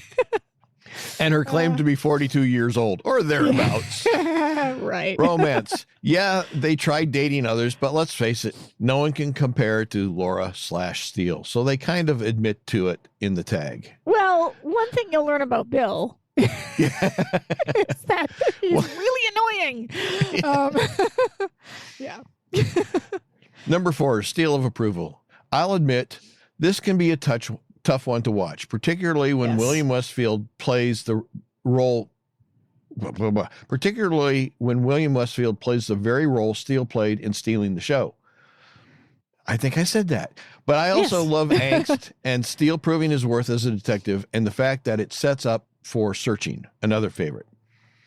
In this episode, we see our detectives working opposite ends of the case, piecing their findings together at the end to solve it. Brilliant. The breakup. I don't hate Laura for this. He's been slacking off, and she doubted his dedication to her and the agency. I'm not sure I'll agree with he's been slacking off, but okay. Well, he always slacks off. Let's face it. The man does leg work is not a thing in his vocabulary. Like let me say I don't necessarily he's slacking off is a relative term, and he hasn't been slacking off any more than usual. She learned in the end that he'd pulled through for her, but her misplaced anger caused her to doubt their personal relationship as well. Business and pleasure have never and will never work. I think her doubts scared her, so she sought the easy route, dependable William Westfield. Who is also a hottie. Just saying. Okay, fine. Whatever. The end is still tragic. Oh. Steele's puppy dog eyes as she breaks up with him, his rage in getting her license back, Laura's realization that it's Steele she wants, her tiny frame sitting in his vast, empty room. It's all just perfect. But I'm glad I never had to wait an entire summer for their reunion. Same. As somebody who came at this in reruns, that would have been brutal to wait for that resolution of that. Yeah. Oh, ouch. Yeah. But that shot of her on the bed, phenomenal shot. Yeah, that's one of the things that's kind of spoiled me against broadcast episodic TV. Is I tend to be, how to say this, impatient. Yeah. Well, now, I mean, today's, and I was thinking about this the other day because my daughter doesn't watch as much TV as I did. And it's partly because when I was a kid, our TV was just on, right? And you'd come home and you'd find like something was on and you'd flip through the channels and you kind of watched what other people were watching because it was all part of the cultural conversation, right? There was, even if you didn't, like, I've never seen more than a couple of episodes of Seinfeld, but I know most of the plot lines of the show because it was something that everybody talked about. But now because we've become so isolated with streaming, people are picking and choosing. It's a choose your own adventure, smorgasbord, but there's not really a shared cultural conversation or touch point. So like she's never seen Golden Girls or Fresh Prince or any of the shows that would have just been on in the background. The Simpsons. She's never seen an episode of The Simpsons, right? So this kind of like appointment viewing TV is very different. And you don't have to, like now we're just binging through the episodes. We don't have to wait. Whereas I realize network TV still exists and there are still season breaks and stuff for certain shows, but like for the most part, that's not part of our vocabulary anymore as viewers. So it would have been, there were a couple Buffy finales that just were killed me waiting for that resolution. And some that, like I said, with Lois and Clark, they thought they were going to get renewed and they weren't. So that's a cliffhanger that never got solved. But like, yeah, nowadays, if that had happened, there would have been maybe a Netflix special that wrapped it up or something, right? So yeah, Firefly. Sorry, still not over it. We got the movie at least, right? So it like, yeah, that would have been a hard. I didn't even think about that. How people had to wait for season 4, whereas like with the reruns, it's just like it's the next episode next week. I get to see it. Cool. Yep. Yeah. We had a comment about that final scene from a Steele of approval. It was a killer and gutted. Yeah, it was hard to watch. That one was difficult. Number 5. Now you steal it. Now you don't. Can I say I love Laura's blouse / blazer / slack combo? Yes, I do love it when Steele solves a case for a change. In this case, he's the only one who could have. Yeah. I love his drug and torture-induced confession of love for Laura. Likes watching him get tortured. Interesting. Okay. I'm kidding. No, I'm not troubled by his imagining her driving it out of him. No, I wasn't either. I think that made sense. His escape is brilliant. Core strength from the guy who can't do a leg lift and alive and kicking. That's a good point. That man has some acrobatic abilities when it counts. And the lines in the tag. Some questions are best left unanswered, and some answers are best left unquestioned. She may be afraid of the answer, but he seems to accept it as fact. Love it. Fair. Honorable mentions. Okay, now I'm going to say, KP, you abused. Cheater pants, but it's okay. We'll allow it. And only because I would have done it too. Yeah, I was going to say, I'm surprised you didn't, frankly. Honorable mentions, tied for 6th place. Sorry, I had to. First honorable mention, Steele at it. Yup, more angst, and I find their fight scenes entertaining. Yeah. Could not love it more when she tackles him on the beach, or before that, when she was chasing him down. The kiss on the yacht, so much passion. Love it. Yeah, it is a good one. Honorable mention number 2, Lofty Steele. Once again, their relationship is front and center with his chauvinistic assumptions. With his chivalrous assumptions. Yeah, those two mean different things. Yeah. Of course, it could be right either way. With his chivalrous assumption that he'd stay in her loft for the night. Then later, when she believes him to have perished in the fire, only to discover he'd taken refuge in the coal chute. Realistic? No. Hello, smoke inhalation, but oh so cute. Listen, my solitary firefighter, what are you trying to prove coming in here? You could have been killed. Fair. Honorable mention number 3, Steele trying. Comedy is the winner for this episode. Best part, PB mugging for the camera when Morris Fishbane is murdered right in front of them. And after that, in the hotel room, when Laura wraps herself up in the fake case, and Steele sees his dream of a romantic getaway slip away yet again. It is genuinely hilarious to watch him just look so disappointed every time they actually have to pursue the case. Yeah. And he cannot deter her. She will not. She's like a dog with a bone. She will not let it go. A dog with a bone. She's on that. Yeah. Like white on rice. Honorable mention number 4. Didn't I earlier in this episode say that if I could have Yes, you did. So 10 we're in the top it. 5. So we're going to allow it. Yes. Stronger Than Steele, guest star in Maxwell Donahue. And we get more of Laura's past, which is rare and heartfelt and heartbreaking. Yes. Wish we had more of that, perhaps with the actual return of her father. That would have been amazing if we had seen some resolution, or at least even if there wasn't resolution, like let her confront that. I would have really enjoyed that. Yeah. So thank you so much. We appreciate those comments. Yes. 100%. Next one, this person who I will call AH says, hello, I hope it's not too late for season 3 top 5. And obviously season 1 and 2 are long gone, but just for fun, I'm including those too. And there's no like description, just the episode. So we'll include that. I was so mad at myself for being too late on both those recap podcasts. Life just got in the way. All of my same favorites. We wouldn't know about that. No, not at all. Ask the people who used to listen to my other podcast and have been waiting for me to reactivate that. Yeah, life got in the way. Ruh-roh. Ruh-roh.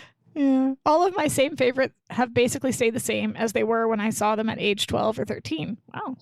And they were mostly always my favorites. Yeah. And mine have changed a lot. So that is really cool. And that's what you normally would think would happen, is that as you get older, first of all, your tastes in entertainment change a bit. So the episodes that had appealed to you at a younger age don't necessarily appeal to you quite as much. And then also, as you get older, you're able to see more in other episodes that you hadn't seen before when you were young. And so, yeah, usually you would expect your favorites to change a little bit, but the fact that they haven't from age 12 to 13, that's pretty cool. Mine have, it's interesting because mine have changed, I think, because of this podcast. Because some of the episodes that made my top 5. So you're blaming us? Well, no, I mean, I'm blaming the looking more in depth at it and looking at it as a whole, and sort of like really getting into the intricacies of the characters and things like the guest stars and the structure and all of that stuff. Because when I would watch it when I was a teenager, I wasn't watching for any of that. I was just watching to be entertained. And I mean, this is entertaining as well, but like, yeah, definitely some of the episodes on my top 5 were not top 5 for me when I was younger. So yeah, so that's cool. So yes, they said they're most always my favorites because I love seeing them either romantically together or just that I thought one or both of them were very funny in the episode. So this person's top 5 for season 1: In the Seal of the Night, in number 5. Number 4, Steele's Gold. Number 3, Signed, Sealed, and Delivered. Number 2, Hearts of Steel. And number 1, Vintage. Not surprising because we all love Vintage. It's great. Season 2, we've got 5 is Dreams of Steele. 4, Love Among the Steel. 3, Altered Steel. 2, Steele Sweet on You. And then number 1, Red Holt Steel, which is a perennial fan favorite. So before we get into season 3, somebody commented that, in fact, it was this person commented that I think I just loved the show so much at that age that those same episodes were just so endeared to me. So that makes complete sense. Like total sense. And there's an emotional tie-in to that, which exactly.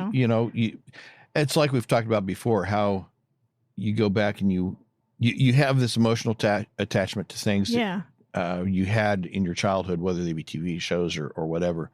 And even though as an adult you can look at it and say, for this thing or that thing, not necessarily Remington Steele, but you can look back at some of the things that you loved as a kid and you look at them as an adult and say, they weren't that great. Lancelot Link, Secret Chimp wasn't that great of a show, but I still love it because of that feeling I had for it back then, and whether it be a TV show or a favorite food that you discovered that you didn't want to know how it was made or anything like that, it's just, Yeah, no, I agree with you. Like it really does kind of touch on those things. So it's, no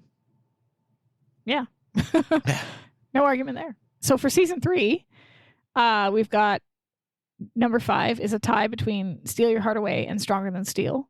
And they've written, for Stronger and Steele, when watching the ending, I have to rewind several times and watch Laura burst into laughter when Steele is asked if he was interested in acting.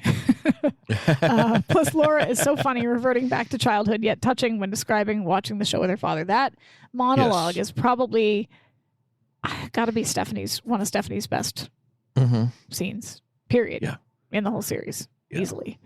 So, yeah, I totally agree with that one. For Diced, we've got Laura. No.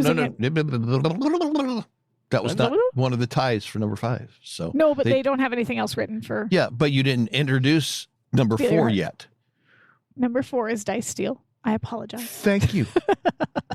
If you're going to do it right.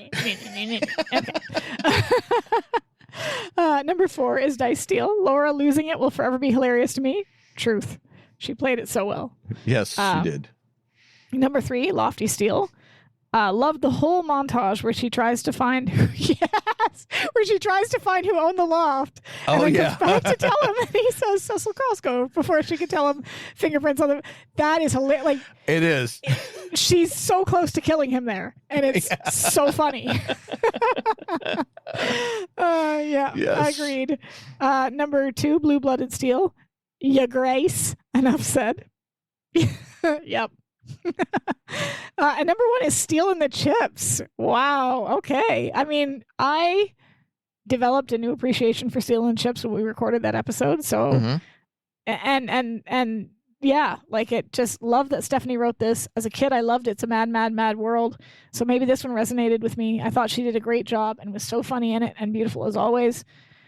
No disagreement there. My qualms with the episode were kind of like washed away when I sort of allowed myself to just pretend it came in a different order, and then I was okay with it. And I know some other people had issues with him fawning over Miss Dalrymple, and I get it. Trust me, I get it, because that irritates me usually, and I don't know why it doesn't here, but this is not the first time he's done it. Like, he did it for Miss Taplinger, BJ Sinclair, what's her face in the Malta episode. Like, I think maybe it's because he does it for the full episode as opposed to just like for a couple of minutes in an episode. Right. I get how that could be grating and sort of make him appear kind of doofy, but he does appear doofy in a lot of the show. So, and when he's not doing it and being super petty intentionally, like they were on a break. To quote Rachel Green here, they were on a break. So, but yeah, so I was able to hand wave that, and it became a much more enjoyable episode for me. This show, they've also got at the end here, this show came at an age for me when I felt like I saw someone on TV that I really wanted to be like. I really wanted to be Laura Holt. She was smart, funny, and beautiful. I just loved it. Agree there too, because even when I was a kid, and I'm going to be 43, as I just said. And I noticed you had trouble getting that out. It's fine. I'm going to be 43. Do we need to call a counselor for you to help you deal with it? Shut up. I'm going to be 43 on Thursday. And even when I was a kid, there weren't a ton of female characters that were whole people that you could genuinely look up to. I mean, oftentimes you got the caricature, you got the damsel. You didn't always get and there are a few that I can think of off the top of my head. Sara from Labyrinth, Princess Leia in Star Wars, Sarah Connor in the Terminator franchise. Like, those were, but there wasn't a ton, especially with TV.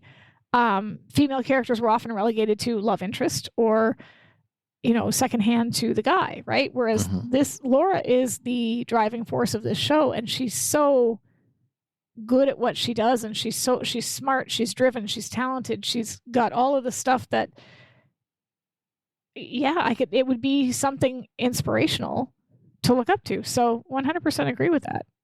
I came upon the show when I was a teenager, so this was the 90s, and there were a few more characters like that, but it's still wonderful to see it. They put at the end here, thanks for the great podcast. I enjoy it so much while at work. Keep up the good work. Thanks for your consideration of this rambling email. No problem. Thank you for sending it. We really appreciate it. Yeah.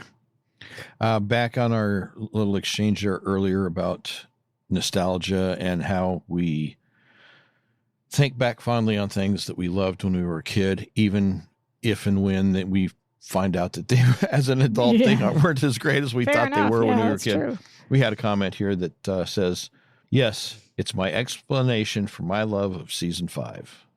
I mean, I've said this before I know too. you I'm did. in the same boat. I came upon season 5 first, and it had a very Romancing the Stone sort of feel to it, and I liked it for that reason. Mm-hmm. I didn't understand how out of character they were, and maybe that's why it didn't bother me. But yeah, I enjoyed it. I thought it was a lot of fun. Yeah. So, all right, we have another one here, and we're going to call this person LZ. Zed. Sorry, I can't help it. It's fun. It's funny because one of our earlier commenters used the British spelling of the word center, and I saw that, and I almost said something about it because I do that too. I for some reason often I will often use the British spelling of a word, and I guess I'm surprised that I never really encountered the pronunciation of that letter as Z.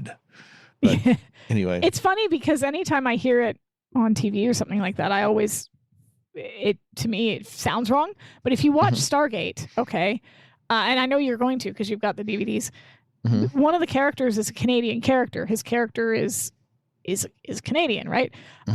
And anytime the ZPM, ZPM 0-point modulator is mentioned, every other character says ZPM, but not Rodney. Rodney says ZPM because Rodney's Canadian, and that's how he pronounces it. So I just, but this person has commented and said, "This is me," and it is Laura Z. Is it? Hopefully, and this person insists that it is Z. So I will say that. I will say that because that is how you like. I'm not going to be a jerk, but yeah, Canadians we say Z, but yeah. So it just always sounds odd to me when I hear Z, just simply because that's not what I've always said. So it's not wrong or right. It's just Canadian versus American, and we're fine. We're all friends. So yeah, most of the time. Okay, well. Here we go. One of the commenters also said that their favorite movie is Romancing the Stone and mentioned all the feels. So I just wanted to put that in there too. Yeah, I got to watch that sometime. I think I'll be sorely disappointed about it, but I do need to get that on my watch list. Anyway, here we go. Here's my top 5 from season 3 with explanations this time. And in our comments, this person did say that even though they didn't even though they didn't give us numbers attached to their listings, they do say that this is in order from 1 to 5. So, okay, they're number 1, Loft. Skip a paragraph. There was a surprising amount of comedy in season 3. Going through my list, a lot of these are faves because that actually works well. As always, there's a few clunkers. Okay, so their number 1 would be Lofty Steele. This had some of the same elements as Red Holt Steele, season 2, episode 3, for obvious reasons. But this time, the other residents of the loft building and Laura's run around with the bureaucracy are filled with such great moments. Yeah. And she is back on her game as a detective after a lot of season 2 being dumbed down somewhat. Yeah, that's true. I agree. Absolutely. Yeah, because we commented about that. Anyway, I liked almost none of the overseas episodes, sadly. I'm not going to criticize this comment, but it is a little bit probably in the minority. But although I have to agree that I'm not necessarily a huge fan of the overseas episodes myself. I think sometimes the location can overwhelm the story, so I can understand why that would be something that maybe would take you out of the episode. Yeah, I don't think any of the episodes overseas made my top 5 list. I'm not saying anything about that. I think only one of mine did. So yeah, okay. Yeah. So yeah. They were not my favorites as a teen or on rewatch. Several are even more cringy. And on rewatch, several are even more cringy. But I did love almost everything about Steele Your Heart's Away. Yeah. Again, saved in some places by comedic moments and one-liners. And of course, who could hate the way Laura or LH supports RS heading into that last wake at the end? That's a great moment. They're number 2, Gourmet Steele. The double date at Gourmet Steele and waiting out Dick Larange at the apartment, and even the multi-level of the mystery, which, who is Larange, who is trying to kill Larange, and why, makes this a delightful watch again. Yeah. And again. Steele trying, as I'm doing this, I'm amending my annotation on my spreadsheets to update to include these order numbers that this person has provided. Steele trying, love that. I love that. That's the most. I always have trouble reading. Thank you for including a tongue twister for Eric. I always enjoy these. I love that's the most romantic thing anyone's ever done for me. It's such a great moment. It is so on point for him to try this. Role playing is, after all, how he entered and stays with her.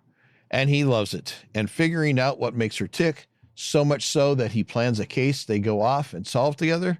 It's like they took a lesson from the Elementary Steele season 2 finale participants that solving mysteries is fun. Yeah. And something they can do together. True. You hear about these magical mystery tours as it was described in that episode. And I guess there really are things where you can pay your money and you go out on this role-playing character game and you try to solve a mystery. They give you the clues. I can see how that would be fun. Anyway, I was not a fan of some of the competitions that seemed to arise from mean-spirited desire to one-up another.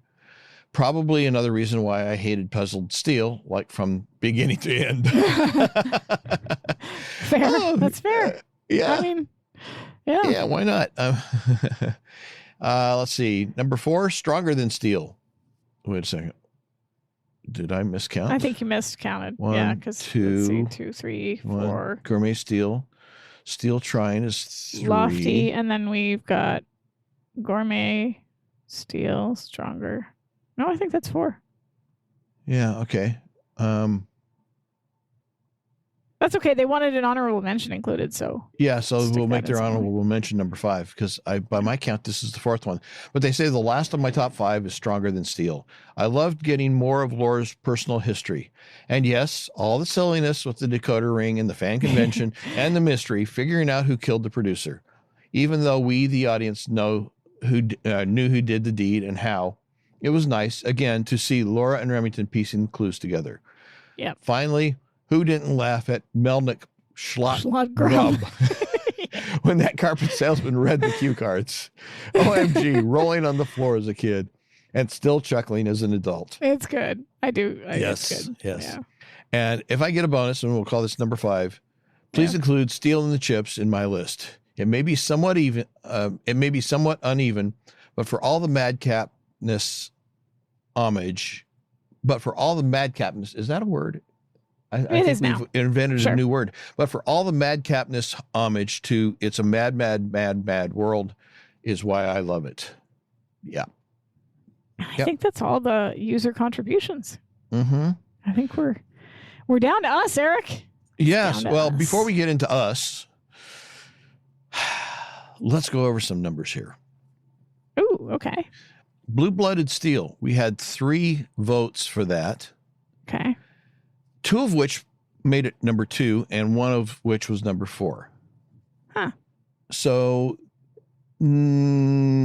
average of, let's say, 2, 4, 6, 8 out of 3. That's a 2 point something or other. So it's a good solid showing. Cast and Steele gets 3. We had a number 5, a number 2, and then 1 unspecified. Diced Steele, 3 listings. Number 5, an honorable mention, and a 4. Gourmet Steele, 3 mentions, 4, 2, and non-listed. So far everything that's been listed has been listed multiple times. Have I got a Steele for you? 4 people selected that on their list. Fan favorite for sure. Yes. Illustrated Steele, only 1, but I mean it's a great episode. It is. Yeah. So, it's again, as we've said, it's not one of those head scratchers. Lofty Steele, 3 people listed it as one of their favorite episodes. So again, we're very, very consistent in the choices. Yeah. Now You Steal It, Now You Don't, got 1. Puzzled Steele got 1. Second base Steele. That's what happens when I try and read ahead. My mind gets confused. No, it's not that. I do that all the time. I'm trying to read ahead so that when I'm reading something out loud, I know where I'm going with it, and my brain gets it all scrambled. Yeah. Second base Steele, 2 votes. Steele at it, 2 votes. Steele in the chip, 2 votes. Steele of approval, 1. Steele trying, 1, 2, 3, 4, 5, 6, 7. Wow. Steal Your Heart Away, 5. Stronger Than Steele, 5. So we have a few that only got listed once. Let's see. Where were we here? Illustrated Steele. Now You Steal It. Puzzled Steele. So that's 3 episodes that were only selected one time. It'll be 4 when I give you mine. But again, as we've said, even these, I'll call them outliers in the sense of this list, are good episodes. They're solid episodes. They are worthy of being on the top 5 list that anybody might want to make. But the rest of them, it's consistent. Yeah. 3, 4, 5, and more people selecting them. So that's true. There's some really good consensus on this, and really, really good episodes. So yeah. Do you want to start with your number 5 first? Okay. Well, as we said earlier, this was at the time that I created this list, and it may not be, what I repeat later on, but I went with Illustrated. Let's start. Yeah, I'll start with number 1, Illustrated Steele. You're starting at number 1. I'm starting at number 1. Yeah, why not? Oh, wow. Illustrated Steele. I don't know why I am so drawn to this episode. I guess it's the comic strip thing, which is curious because as a kid, I wasn't really all that big into comics. I mean, I like the usual ones, Peanuts and such as that. And then as I got older, I liked Bloom County for a long time. He got a little weird and kind of offbeat on that one, even more than he started out. And so I kind of lost interest in that. But Calvin and Hobbes, I love Calvin and Hobbes. I'm a huge Calvin and Hobbes fan. I've got the complete collection set, which is complete minus one strip. There's 1 strip that does not appear in there. I do have a copy of that tucked inside the cover. But I don't know what it is about the comic strip aspect of this that makes me so fond of this. It's just, I love this episode. I love the way it's constructed. I love the character of Artie, even though he's turns out to be a bad guy. Yeah. I love his presentation of innocence, and the kid, because until we find out he's a bad guy, his presentation as a kid who he loves comics. They're fun. I like that. I like that presentation.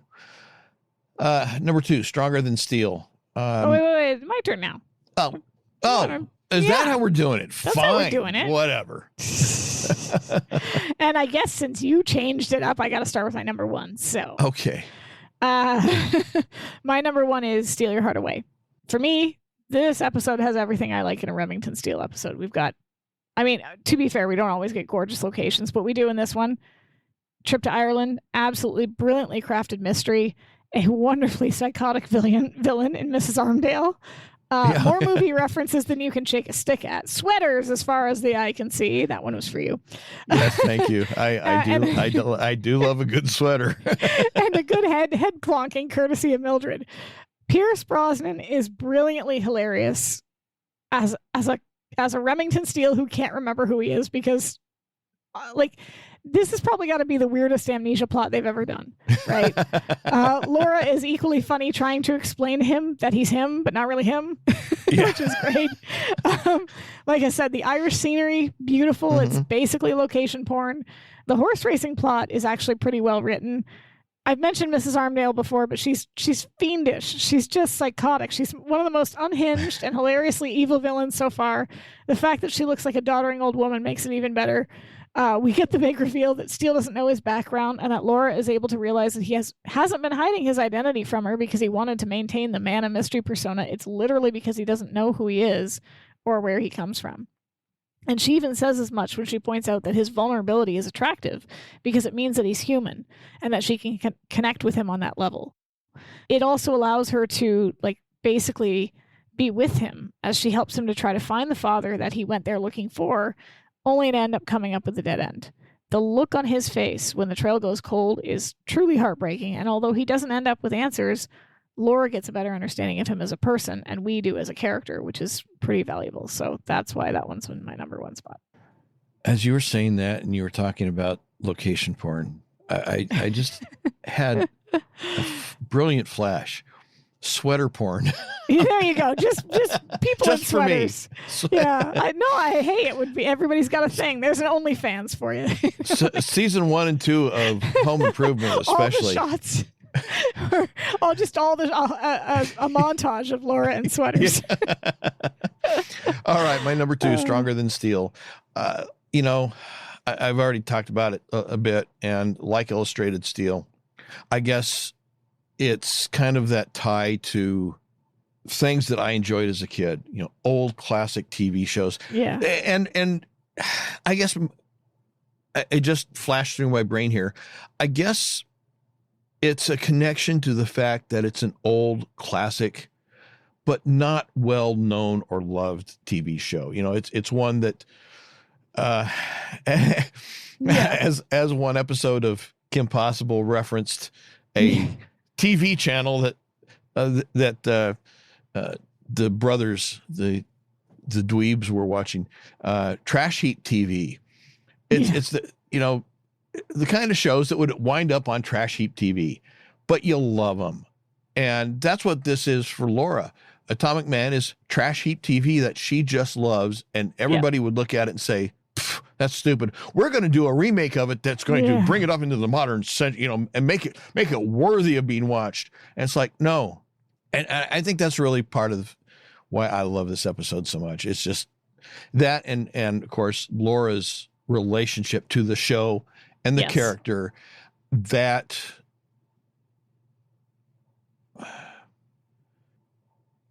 the memories it evokes in her of her father and her together, the kind of thing that maybe a lot of people have. Some people, for sure. Yeah. Some people never had, and maybe they long for it. In my case, I don't know if I ever had it or not, because I really don't have a whole lot of, childhood memories, but it's the kind of thing where I wish I had something like that I could look back on and say, yeah, I had this great relationship, and this reminds me of that. I can't think of Star Trek without thinking of my dad, because he was a massive Trekkie, and he was the one who got me watching it.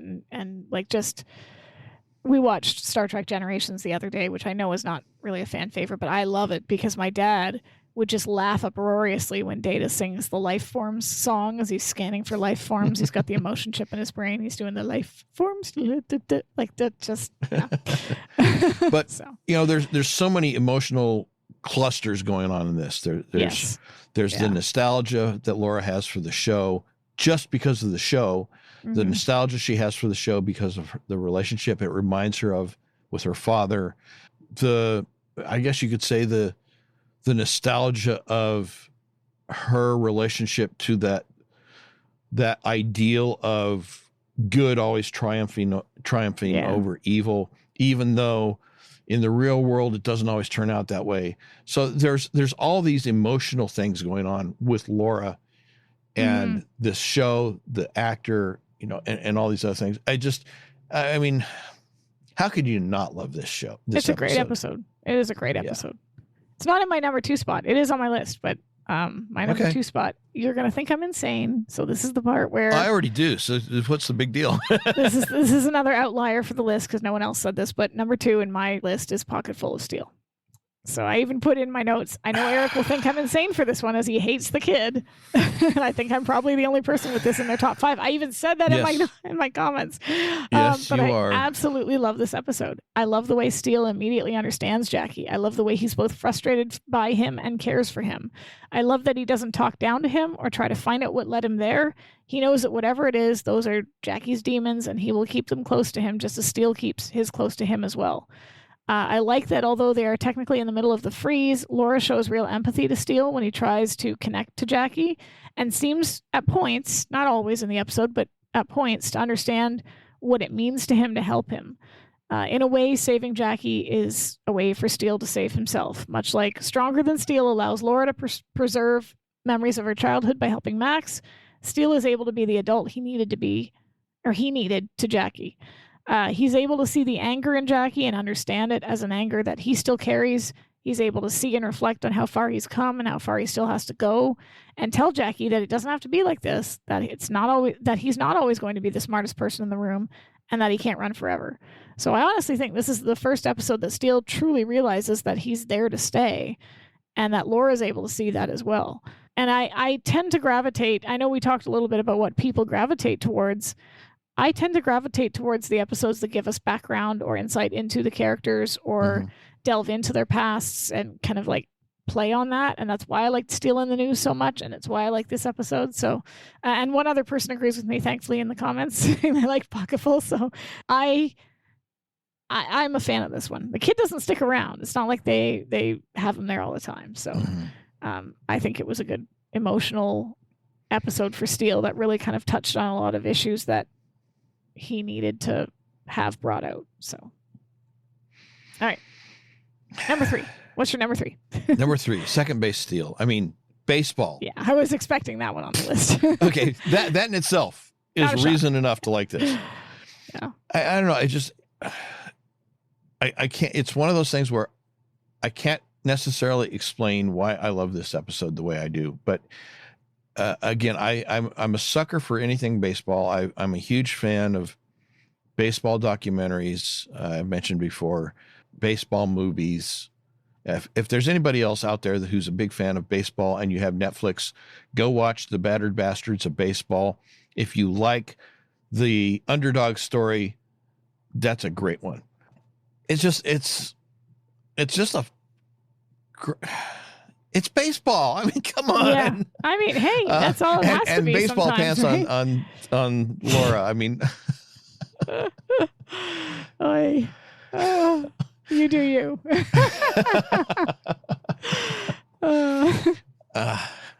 enough. I mean, you don't necessarily have to have more than that, frankly.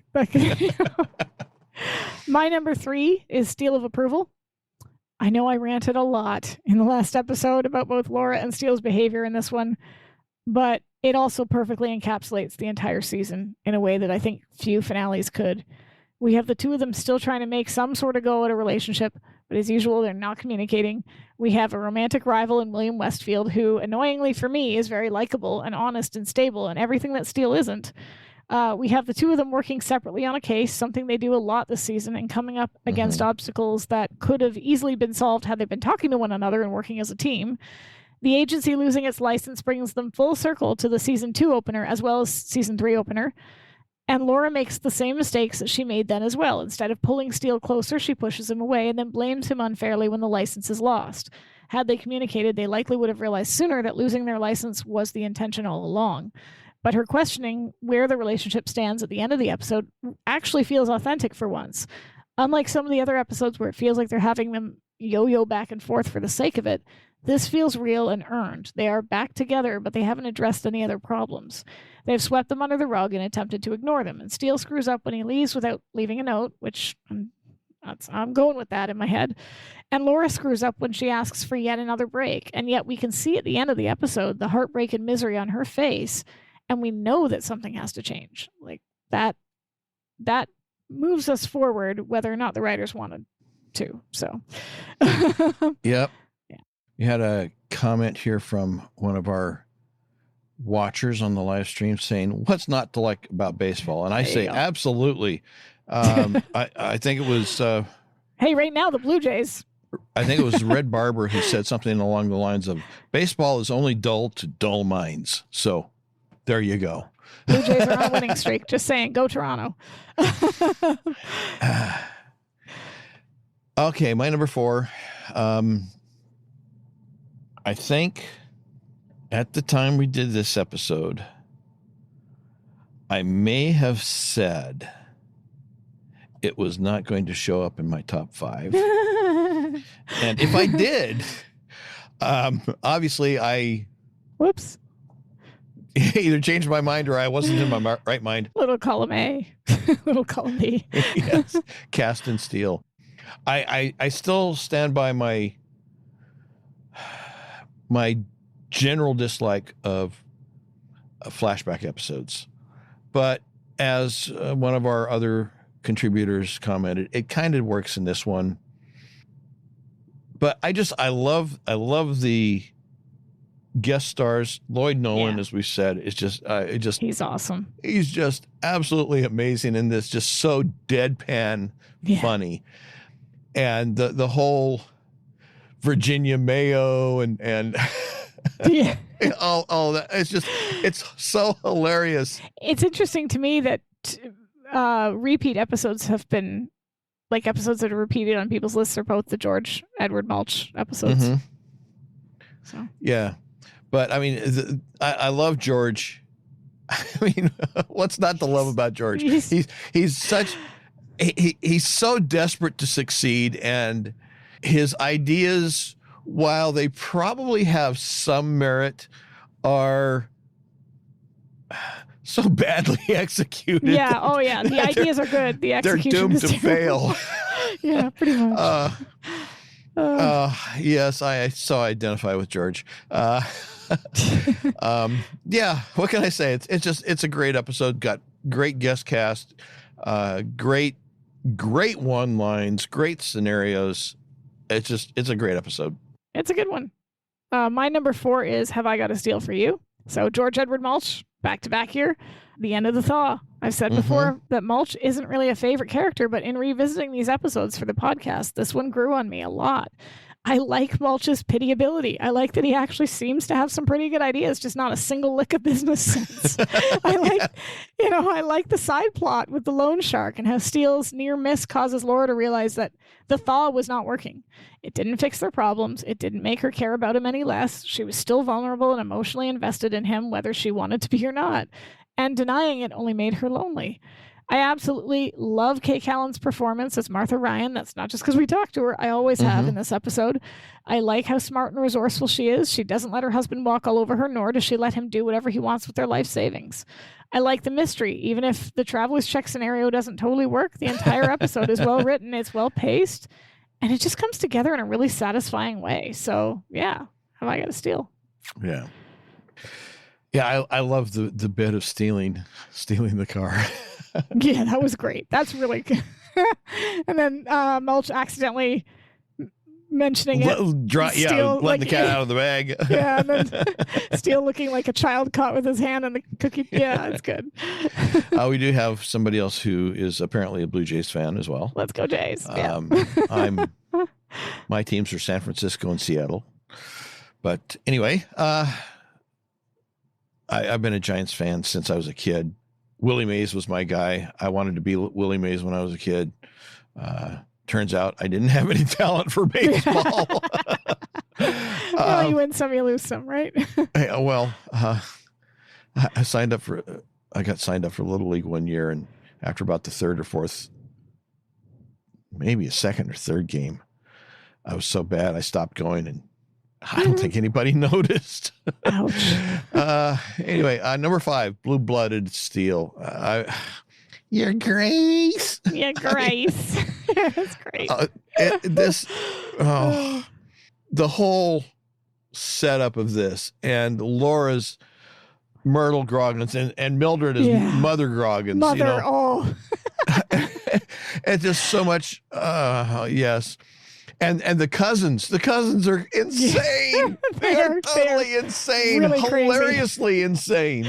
Yeah. It's a great one, and it's got some kind of sly tributes to some of the classic, I don't know what you would call them, but like the medieval movies where they've got all these crazy devices that if you walk the wrong way, it does this or does that, and the arrow that flies and almost hits the one cousin and winds up lodged in the wall behind him. It's so many great gags in this one. You just got to love it. And again, with the baseball, Joe Carter is still hands down my favorite. We're talking about the, I can't remember if it was 92 or 93 World Series win the Blue Jays had. They were back to back, just saying.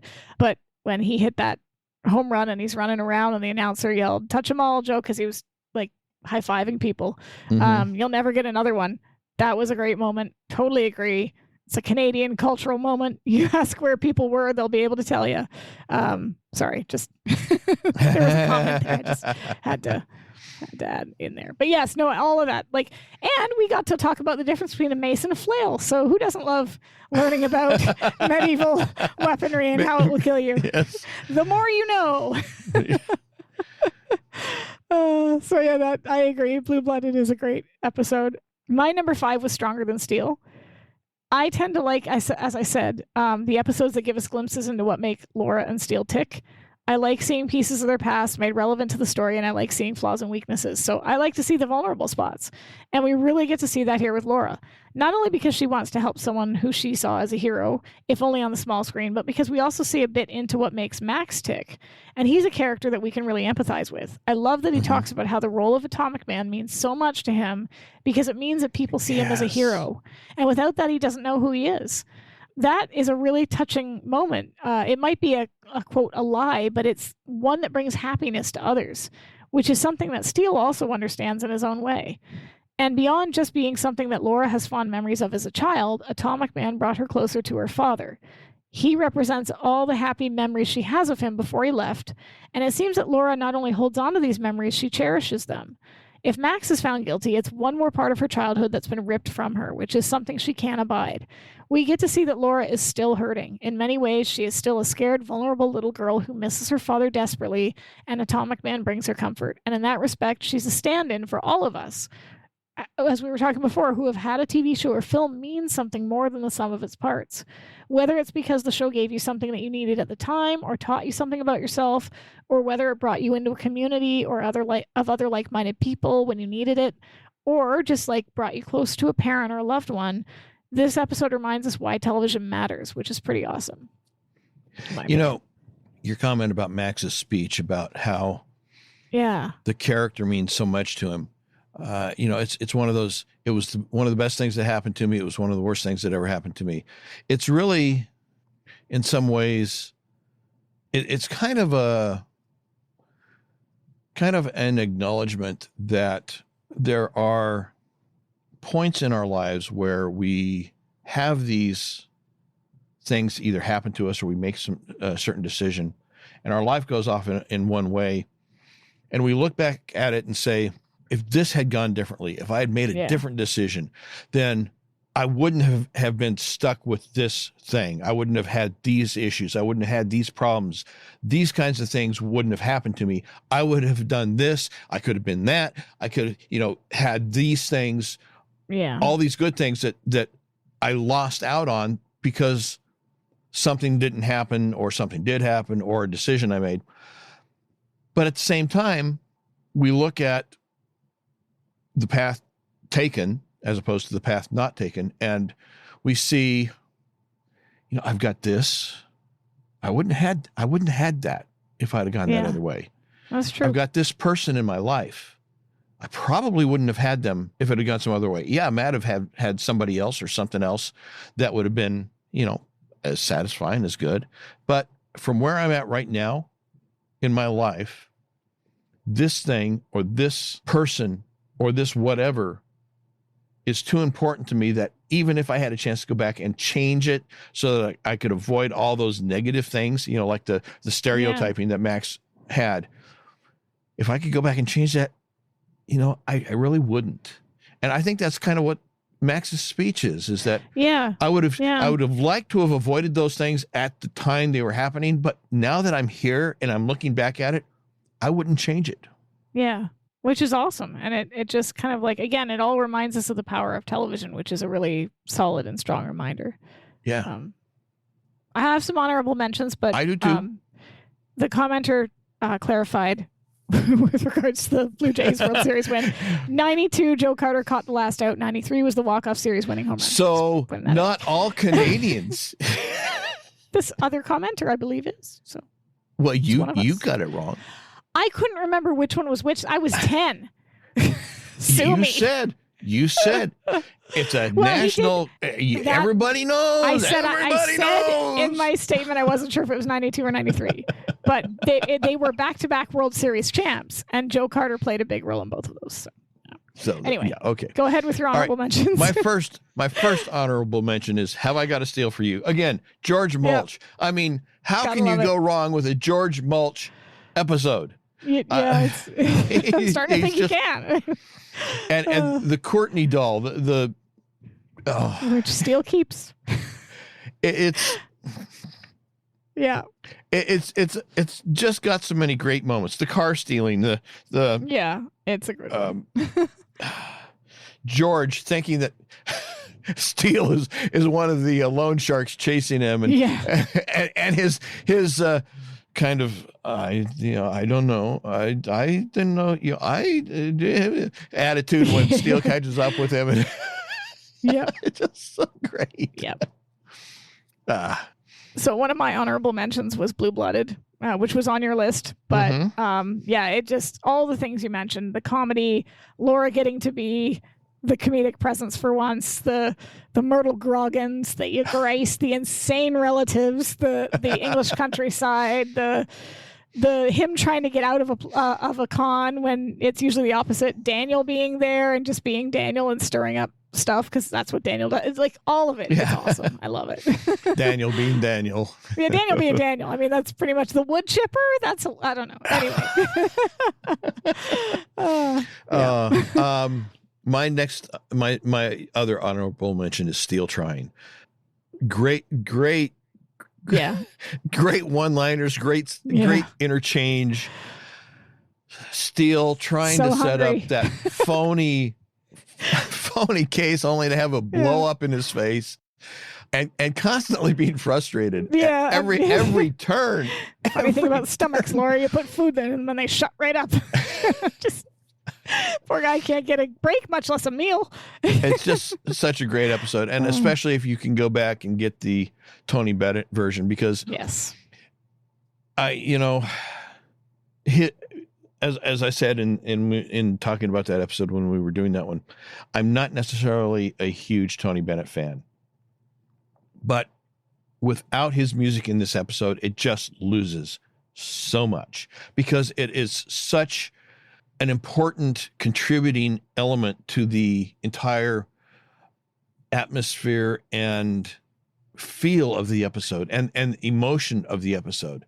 So it's just, it's a shame that they butchered it on the DVD. I'm glad that we were able to provide a copy of that for anybody who hasn't had it up to this point. So absolutely. Yeah, it's a great episode. Definitely worthy of being on the list. My other honorable mention shocked me, frankly, which is Steele and the Chips, because I thought I hated this episode, and then we recorded it and I was like, no, I actually kind of love most of this episode. I still don't love the whole food shaming element of it, but that's such a small part of it. Like, there's only a couple of comments that get made. Most of it is just them insanely running around chasing after this stupid tin of cookies, and it's just really funny. It's like, or the office getting trashed, and then I was only gone 5 minutes. Like, I just went to the post office. Like, what's going?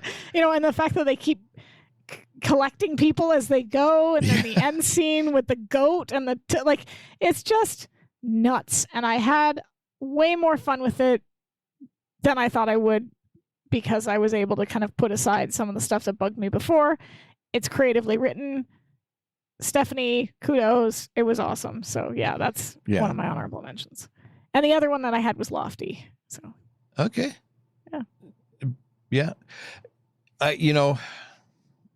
Steele and the Chips would never make my top 5, maybe my top 10. I don't know.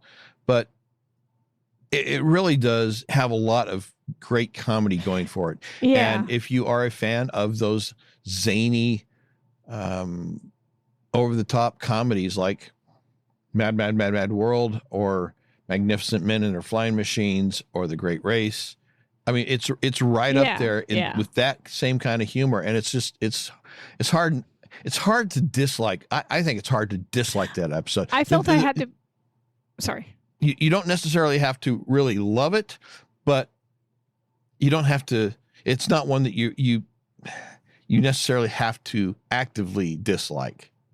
I felt I had to put it in my honorable mention simply because I did such a 180 on it when we recorded. I was like, no, actually, I'm really enjoying this.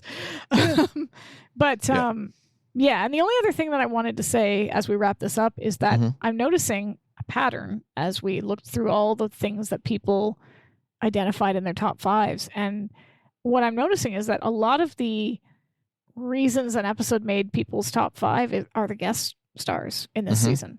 A good chunk of it came from the guest stars. So, and someone else has commented with Chips, the brunette skidding around the corner at the school always cracked me up. Yeah, right? Like there's just some really good physical moments. But yeah, the guest stars are kind of like what are making these episodes really special, which is an interesting sort of overall observation. So, yeah. Are we done? I've got nothing else. Did you survive? I have. Wait for season 4. I think I need to go download some of my beer. Thank you to everybody who sent, like, we got more comments for this episode than we have, or for this season, for any other season. Like, and to be fair, part of that was my fault last season. I kind of dropped the ball with last minute solicitations, but even still, people just really participated and stepped up and submitted their top 5. So thank you so much. Yes. Oh, and one more comment for blue-blooded Steele. My God, Laura's curls pin at the top of her head hanging down like bangs always killed me. So, yeah. Yeah, like she's frazzled. Do you want to say anything to kind of like sum us up, or? I'm not doing this again next year. Yes, you are. For next season, you are. Yeah, 100%. We're doing this again. So, no, I've got nothing. All right. Well, if you check out our website, you will find show notes. I don't know if are we putting Amazon links for anything? Because we didn't really have any film mentions, but there will be that YouTube link that was mentioned in one of the comments. So check for that. There's also ways to support us. You can buy us a coffee, become a supporter. All that is in the show notes. So that's on the website, www.SteeleWatching.com. And we also have other things. Like the ways that you can follow the podcast if you're not already. You probably are, but if your friends are not, they can go to the website and they have links there for them to click on that will do all the major work for them of getting them subscribed. We've got links to the official SteeleWatching Facebook page, Twitter page, Instagram page, and of course links to the ever popular but totally unofficial, but we've hijacked it for our own Steele Watchers fan group. Yes. Join us. Yes. And the next episode is the beginning of season 4. So part one, the beginning of season 4. Yes. So that'll be Steele Searching part 1. And yeah, we're getting into some pretty heavy hitting episodes. It's another location one, so that'll be fun. So, yeah. Yep. Another one. Thank you, everyone, for all your participation and comments and making Eric drink. And we will see you next season. Bye-bye, everybody. Bye-bye. Hey, everybody. Eric and Sara here. Just a quick announcement to let you know that, yes, we do appreciate everyone who listens, participates, and supports the podcast in whatever way you do. But we wanted to give an extra thank you to those who are so graciously giving to be monthly financial supporters. We are making live streams of our recording sessions available to anyone who is a monthly financial supporter. So not only can you watch us live as we record our podcast episodes, you will be getting access to the raw, behind-the-scenes, unedited version of episodes before they get officially released. And Sarah, does that include our mistakes and screw ups and our humiliating? Oh, yeah. Yes, Every it does. single one of them. Every single one of them. Yes. So again, this is just an extra thank you to those who are going above and beyond. But whether you choose to become a monthly financial supporter or not, we still love you. We want to say we thank you for your support, your encouragement, and your feedback. If you want to become a monthly financial supporter, please visit our website at www.steelewatching.com to sign up.